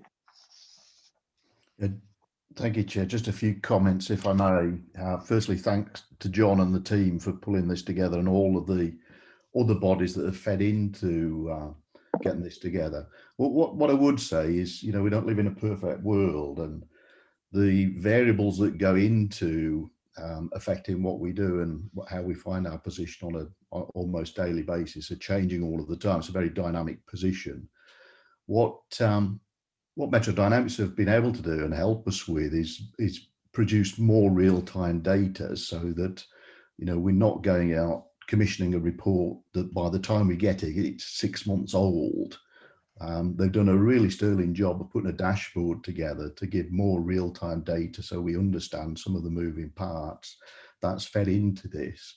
And of course, as John has alluded to, you know, we're in a position now, we've got a little bit more clarity. We've got a timeline to come out of the COVID situation. Let's hope that still runs its course. We know where we are on Brexit and what the implications of that are. And we've got a much clearer position on government policy going forward, albeit some of that is still in the melting pot, but nevertheless.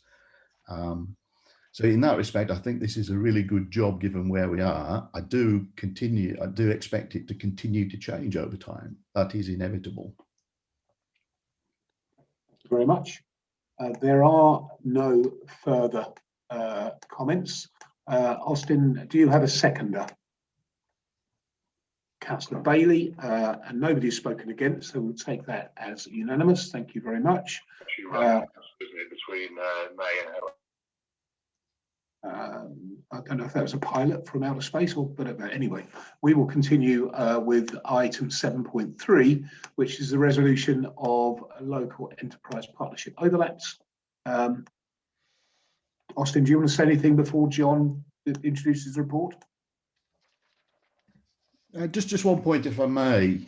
This issue's been brought to the board a few times and has been delayed, and I wanted to make it clear that in terms of prioritising activities, I had very much put this at the back end of the list of things that we've been dealing with. So apologies for that, but I think it's complete now, and as John, I think, will present, you know, we've got a sensible position on this, and we can finally put it to bed and move on. Okay, thank you. John. Thank you, Mayor. The last government review of the LEPs called for local areas to reach solutions to remove the delivery geographies overlap between LEPs, of which there were many. The purpose of this paper is to seek approval for the last 4 strategic partnerships between the Business Board and its neighbouring LEPs that resolve the historic overlaps between the old GCGP territory and its neighbouring LEPs. All agreements confirm that all such overlaps will be serviced by the other LEPs and that each should continue to operate in partnership with the Business Board on issues of joint interest and benefit. In September 2019, the Business Board entered into a formal agreements with New Anglia LEP and South East LEP to transfer delivery of services in those overlap areas to those other LEPs. These agreements are attached as Appendix 1 and 2 and are characterised by agreeing to continue provision of the growth funding, the LGF, to applicants in those overlap areas. This on the basis that the 147 million of LGF that was originally allocated to us was allocated on that larger area. Agreeing also to work together on strategic planning whenever appropriate, such as, for instance, the Agritech grant scheme that we currently operate with NARLEP, the New Anglia LEP. At the time of approval of these first 2 SPAs, strategic partnership agreements, the CA board requested that the Business Board develop a wider partnering strategy across the national network as a whole. So in order not to preempt this, and as Austin has said, to focus on more urgent work, we paused the SPA agreement with the remaining 2 LEPs. In January, I brought the wider LEP partnering strategy to the Business Board, which focused on partnering across the Oxcam arc on large-scale innovation projects, across the rural economy, for instance, with the Agritech programme, and with the wider LEP network on peer-to-peer review on best practice and identifying any performance gaps we had. We've been paired with the West of England LEP. With this agreement, I set about completing the SPAs with the 2 remaining LEPs, Hertfordshire LEP and Greater Lincolnshire LEP. These further SPAs differ from the first 2 in that they are far simpler and omit reference to the continued access for businesses in the overlap area to the LGF on the basis that we've fully allocated that now.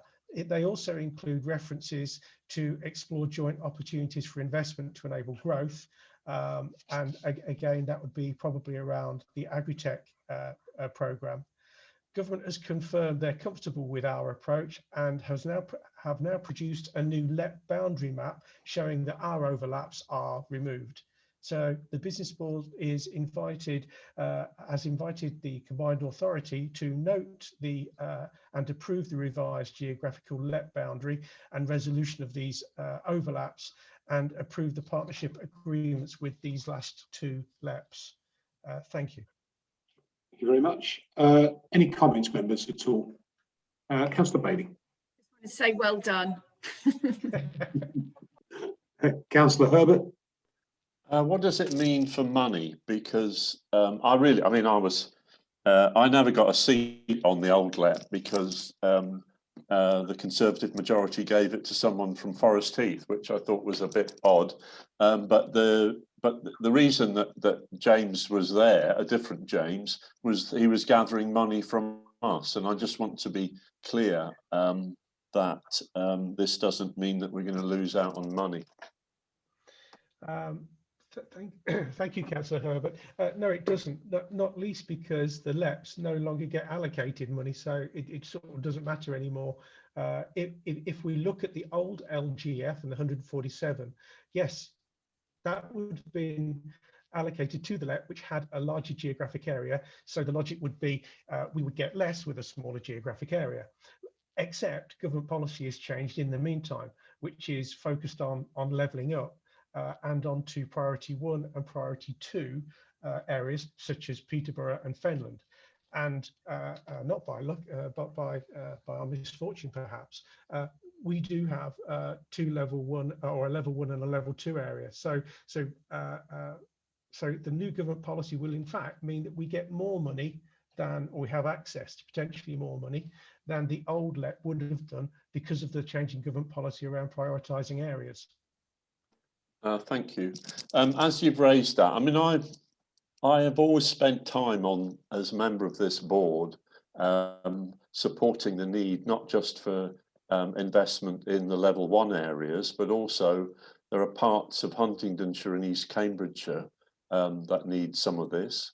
And I have to speak up for my community because we've got within our area lower super output areas that match Peterborough ones and Wisbech ones. So it is the case that we do need Mr. Hill to continue to focus on the pockets of serious disadvantage, intergenerational failure to escape, lack of attainment at school, and then subsequent real problems in the employment market, even in a city like Cambridge. So I just, as you mentioned, level 1, I just do need to restate that level 1, whilst I fully support the fact that singularly Peterborough and Fenland are the two most disadvantaged districts, that there is pockets elsewhere.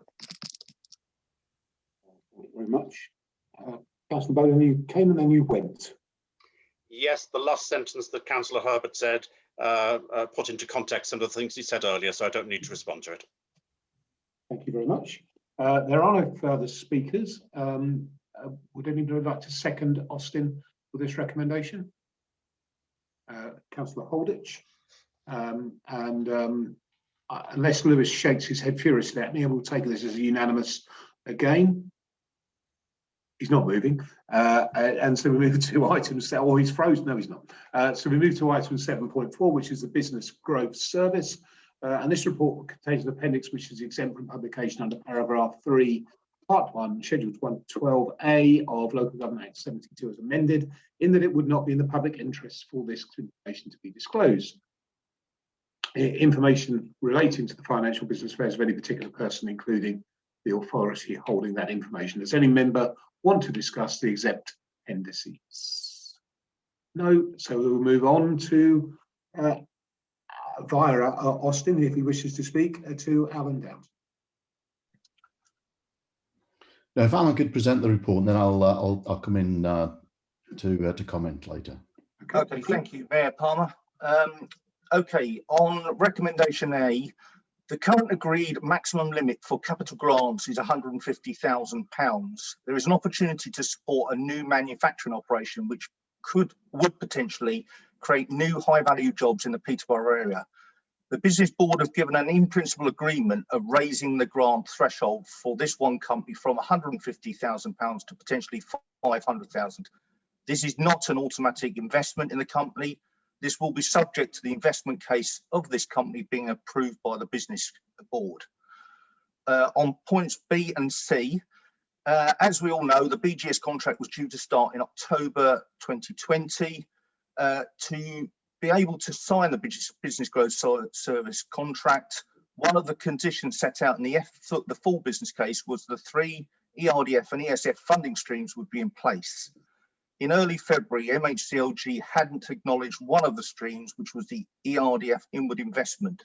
So a decision was taken to use the urgency procedure and accompanied by a project change control to remove the ERDF inward investment so that we could start the service. This was duly accepted by the business board and followed that by an MDN, which was signed on the 12th of February.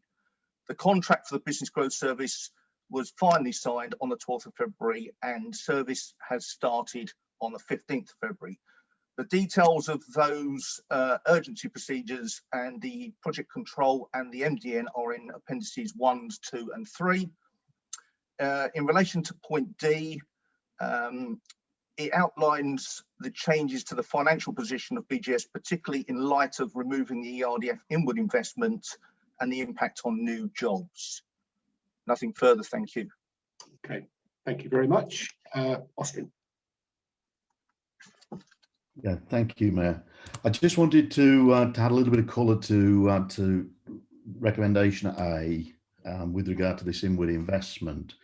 You will see in the papers that the recommendation has been amended in bold. That was amended during the course of the business board meeting.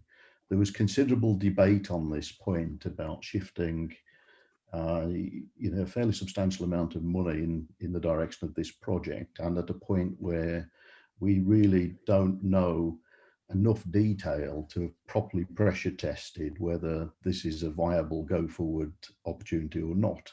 Nevertheless, we're in a position where you don't want to walk away from such an opportunity, and therefore the recommendation was amended to give an in principle agreement, but subject to a much higher level of scrutiny by 4 members of the business board working as a separate working body to go and turn up the drains and really get into understanding all of the moving parts here. It's a good example where confidentiality is vital to holding on to the opportunity, and I can't allude in detail around what this opportunity is, but on the face of it, from what we've seen so far, it does look like an exciting opportunity to bring some new developing technology, very much aligned to the climate agenda going forward, and to deliver very high value jobs.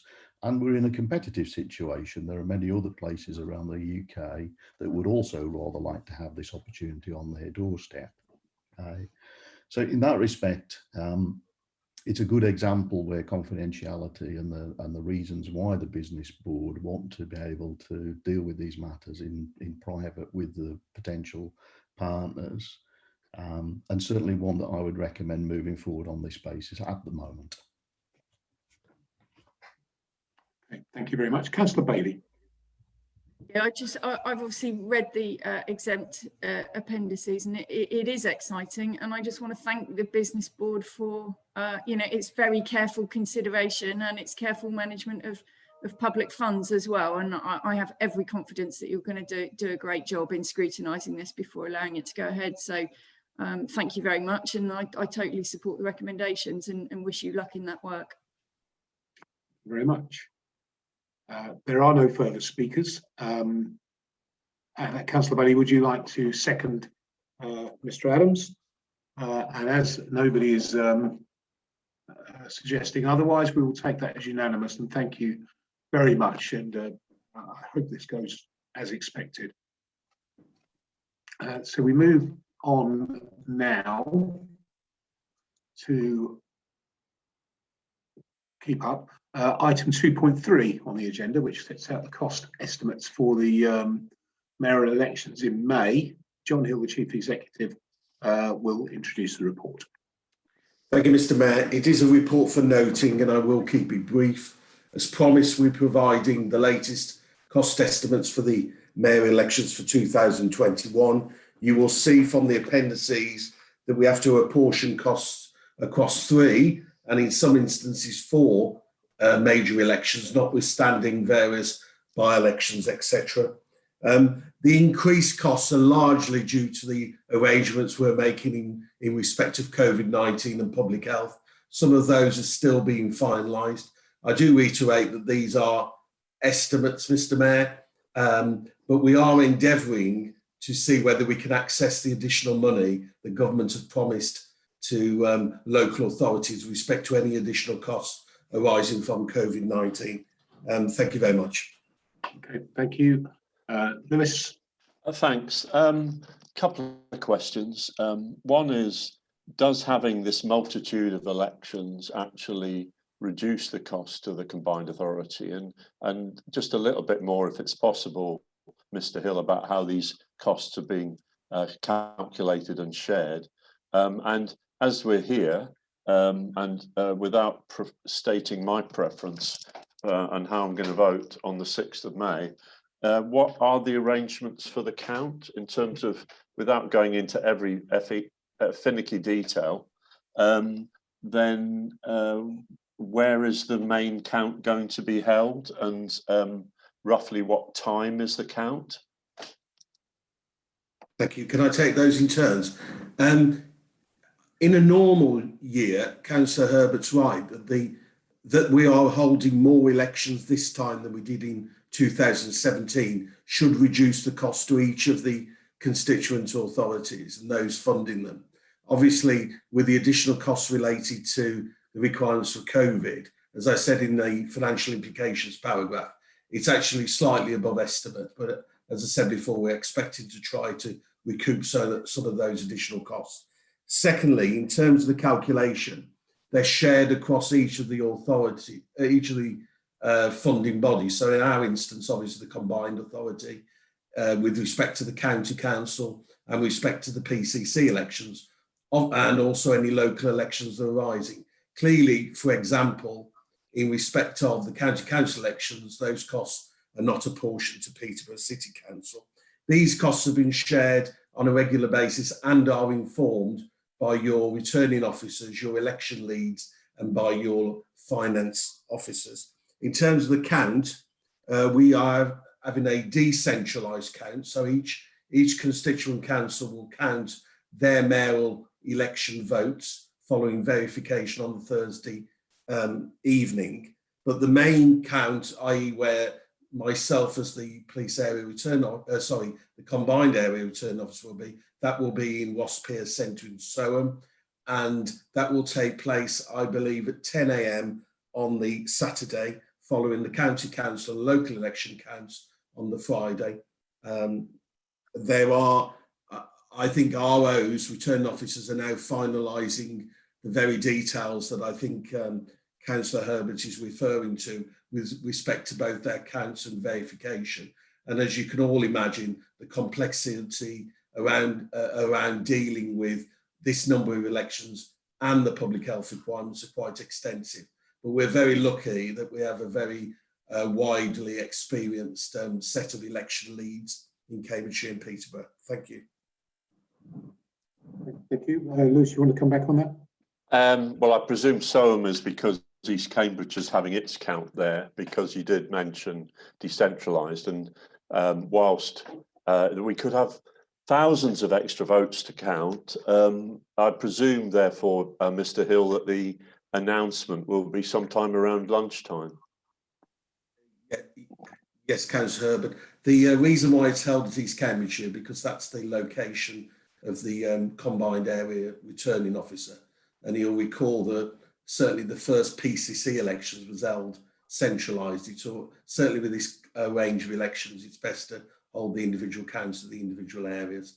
And yes, we're planning to make a midday type declaration, and those who will be attending the police and crime commission elections, we're expecting those will start in the afternoon of the Saturday. Obviously, that will depend on any turnout issues and also in relation to accommodating the times with respect to public health arrangements. Thank you. Thank you. Thank you. There are no further questions. I'm happy to move the recommendation from the chair. Do I have a seconder, please? Councillor Bowden, and I assume that's a unanimous vote. And we then go to part 4 of the agenda, which is 7.1, Local Growth Fund Programme Management. So we're back in with Steve Clark.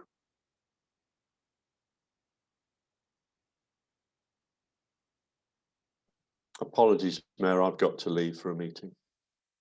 Okay, apologies as well, because I've made a mistake. It's actually 4.7 on the agenda, which is the England's economic strategy piece, which is why Tim was sitting patiently and coming at the correct time rather than me at the wrong time. Can we just confirm with Robert Parkin that we are still quorate with the... Yep.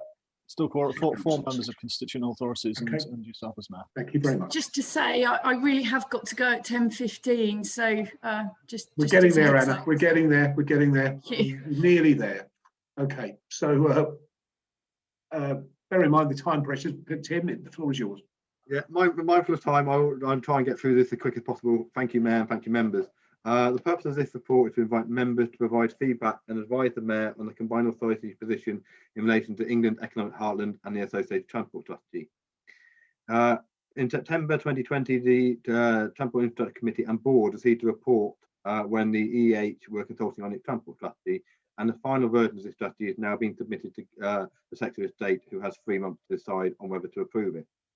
If the Secretary of State approves the strategy, it would become a consideration that DfT office officials would need to take into consideration when making decisions.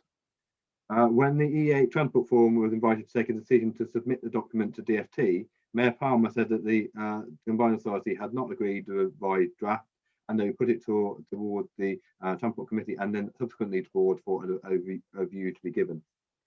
There are 2 areas where the post-consultation drafts do not fully align with the authority's response and comments made on the consultation document. Firstly, the authority responded to the EEH proposal to give EEH formal statutory status by suggesting that this would be premature and requesting instead that the EEH consider whether it configured the right geography. And in response, the EEH has dropped its proposal for statutory status. However, it did not undertaking to consider geography, and an alternative to static status was proposed called an operating framework, which would be the EEH would act as a filter between its members and the DfT on major funding bids. This proposal for operating framework has since been withdrawn, and we are pending a review. The second is regarding the net zero carbon emissions. The Combined Authority welcomed the alignment with the draft strategy, where the target was for 2050. However, in its revised form, the strategy sets out an aspiration to meet this target by 2040. There is no costed analysis in this strategy of what the implications of accelerating this target may be, and with the Climate Change Commission recommendations, as discussed earlier this morning, provide the authority with an evidence base for what is involved in delivering this to net zero by 2050. Members may want to consider whether it be appropriate to endorse a new net zero aspiration unsupported by analysis of what this might involve and entail. I commend this paper to the Board. Thank you very much, Tim. Any comments, members? Okay, right. I'll just give it a bit of background. Ask this to come back because there were a few issues initially with this Economic Heartlands report, not including areas and issues around the local transport plan. Tim's clearly explained, but I'm comfortable with this now. So if Board are happy, if I could have a seconder, please. Councillor Bowden, and as nobody is speaking against, we will unanimously move on to item 7.1, which is the Local Growth Programme Management Review for March. Steve Clark. Yeah, good morning, Mr. Mayor and Board. I'll keep it very, very brief, as we've only got very few minutes left. This paper was presented to the Business Board for consideration. Key highlights I'll draw attention to are the programme spend. We're at the deadline for this programme, 31st of March. At Appendix 1, you'll see there's programme spend is shown with each project's forecast. We have 8 projects which will have a balance as at 31st of March.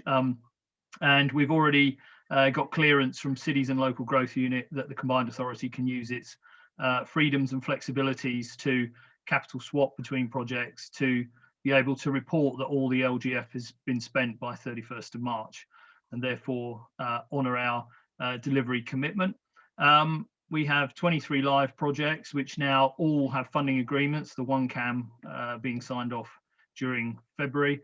The COVID Business Capital Grant Scheme, we've made significant progress paying out claims, and we now forecast to only have one grant left, which will go beyond 31st of March, a grant of £7,300 to a business that's been heavily affected, that couldn't take its project forward for quite a period. The Business Growth Service Capital Grants, the contractor that's you heard about earlier that's now running that, they have 27 candidates which are currently in process for award. Eastern Agritech Growth Initiative, We're on target to pay out all the claims by 31st of March. Currently, bar one to the value of 31,500, which this business has asked for an extension to April 30. Monitoring evaluation continue. Appendix 4 shows you a new monitoring dashboard that we propose to put on the Combined Authority website, alongside our new LGF projects map, which is there on the Growth Funds page, and some heat maps that show where all the jobs and outputs are happening. Appendix 5 shows our current monitoring of actual jobs created for Local Growth Fund, currently showing 2,183 jobs. And getting building funds, the 14.6 million, we're making significant progress there. The shareholder agreement is being prepared to be signed in the next few days. We've gone in for planning on the 22nd of Feb, and we're out to procure the build and centre operator for this new R&D building on the University of Peterborough. And that's it. I'll stop there and commend the paper to the board. Thank you very much. Austin, do you wish to comment? Yeah, just one word. Brilliant, Steve. Thank you very much indeed. I think an excellent job all round. It's not easy to put this type of money to good use in short order, and to get it spent on the appropriate projects is a very, very accomplished piece of work. Absolutely. John Holditch. I don't see another slot, and I can say this, Mr. Mayor, but this is my last meeting. As you know, I'm retiring after 40 odd years as a councillor, but I wanted to pay respect to yourself and to the Combined Authority for what it's done for Peterborough. We would not have had a university started if it wasn't for the Combined Authority, and indeed your tremendous support in funding it. I estimate we've had over £40 million worth of schemes in Peterborough in your tenure, and you know, obviously some good affordable housing schemes. So I'd like to thank you. That wouldn't have taken place without Combined Authority, and it wouldn't have taken place without your leadership. And I just wanted to say that, and also the support I've had from your officers and indeed fellow members. So thank you for that. Thank you very much, Councillor Holditch. It's very, very kind of you. It's been a great pleasure to work alongside you the last 4 years, and I wish you the very best in your retirement. We must, though, find a seconder for Mr. Adams on this agenda that Councillor Holditch has indicated, and we will duly note unless somebody wishes to vote against. So duly noted. Thank you, members. This has been an extraordinarily long meeting, but as I always say with Combined Authority meetings, the investment into our economy, the quality of opportunity that the Combined Authority is bringing across Cambridgeshire and Peterborough, I think deserves the investment of time. And I think nothing more so than the last item on the agenda, which showed that 2,183 jobs have been created by the Growth Hub, and it's an example of the impact that this Combined Authority and Business Board working together have on positive investment into Cambridgeshire and Peterborough. Thank you all for your time, and thank you to the officers. I thoroughly enjoyed being there for the last 4 years, and God willing, Ada might say something different, but God willing, I'll be back again after the 6th of May. Good afternoon, or good morning even. Thank you.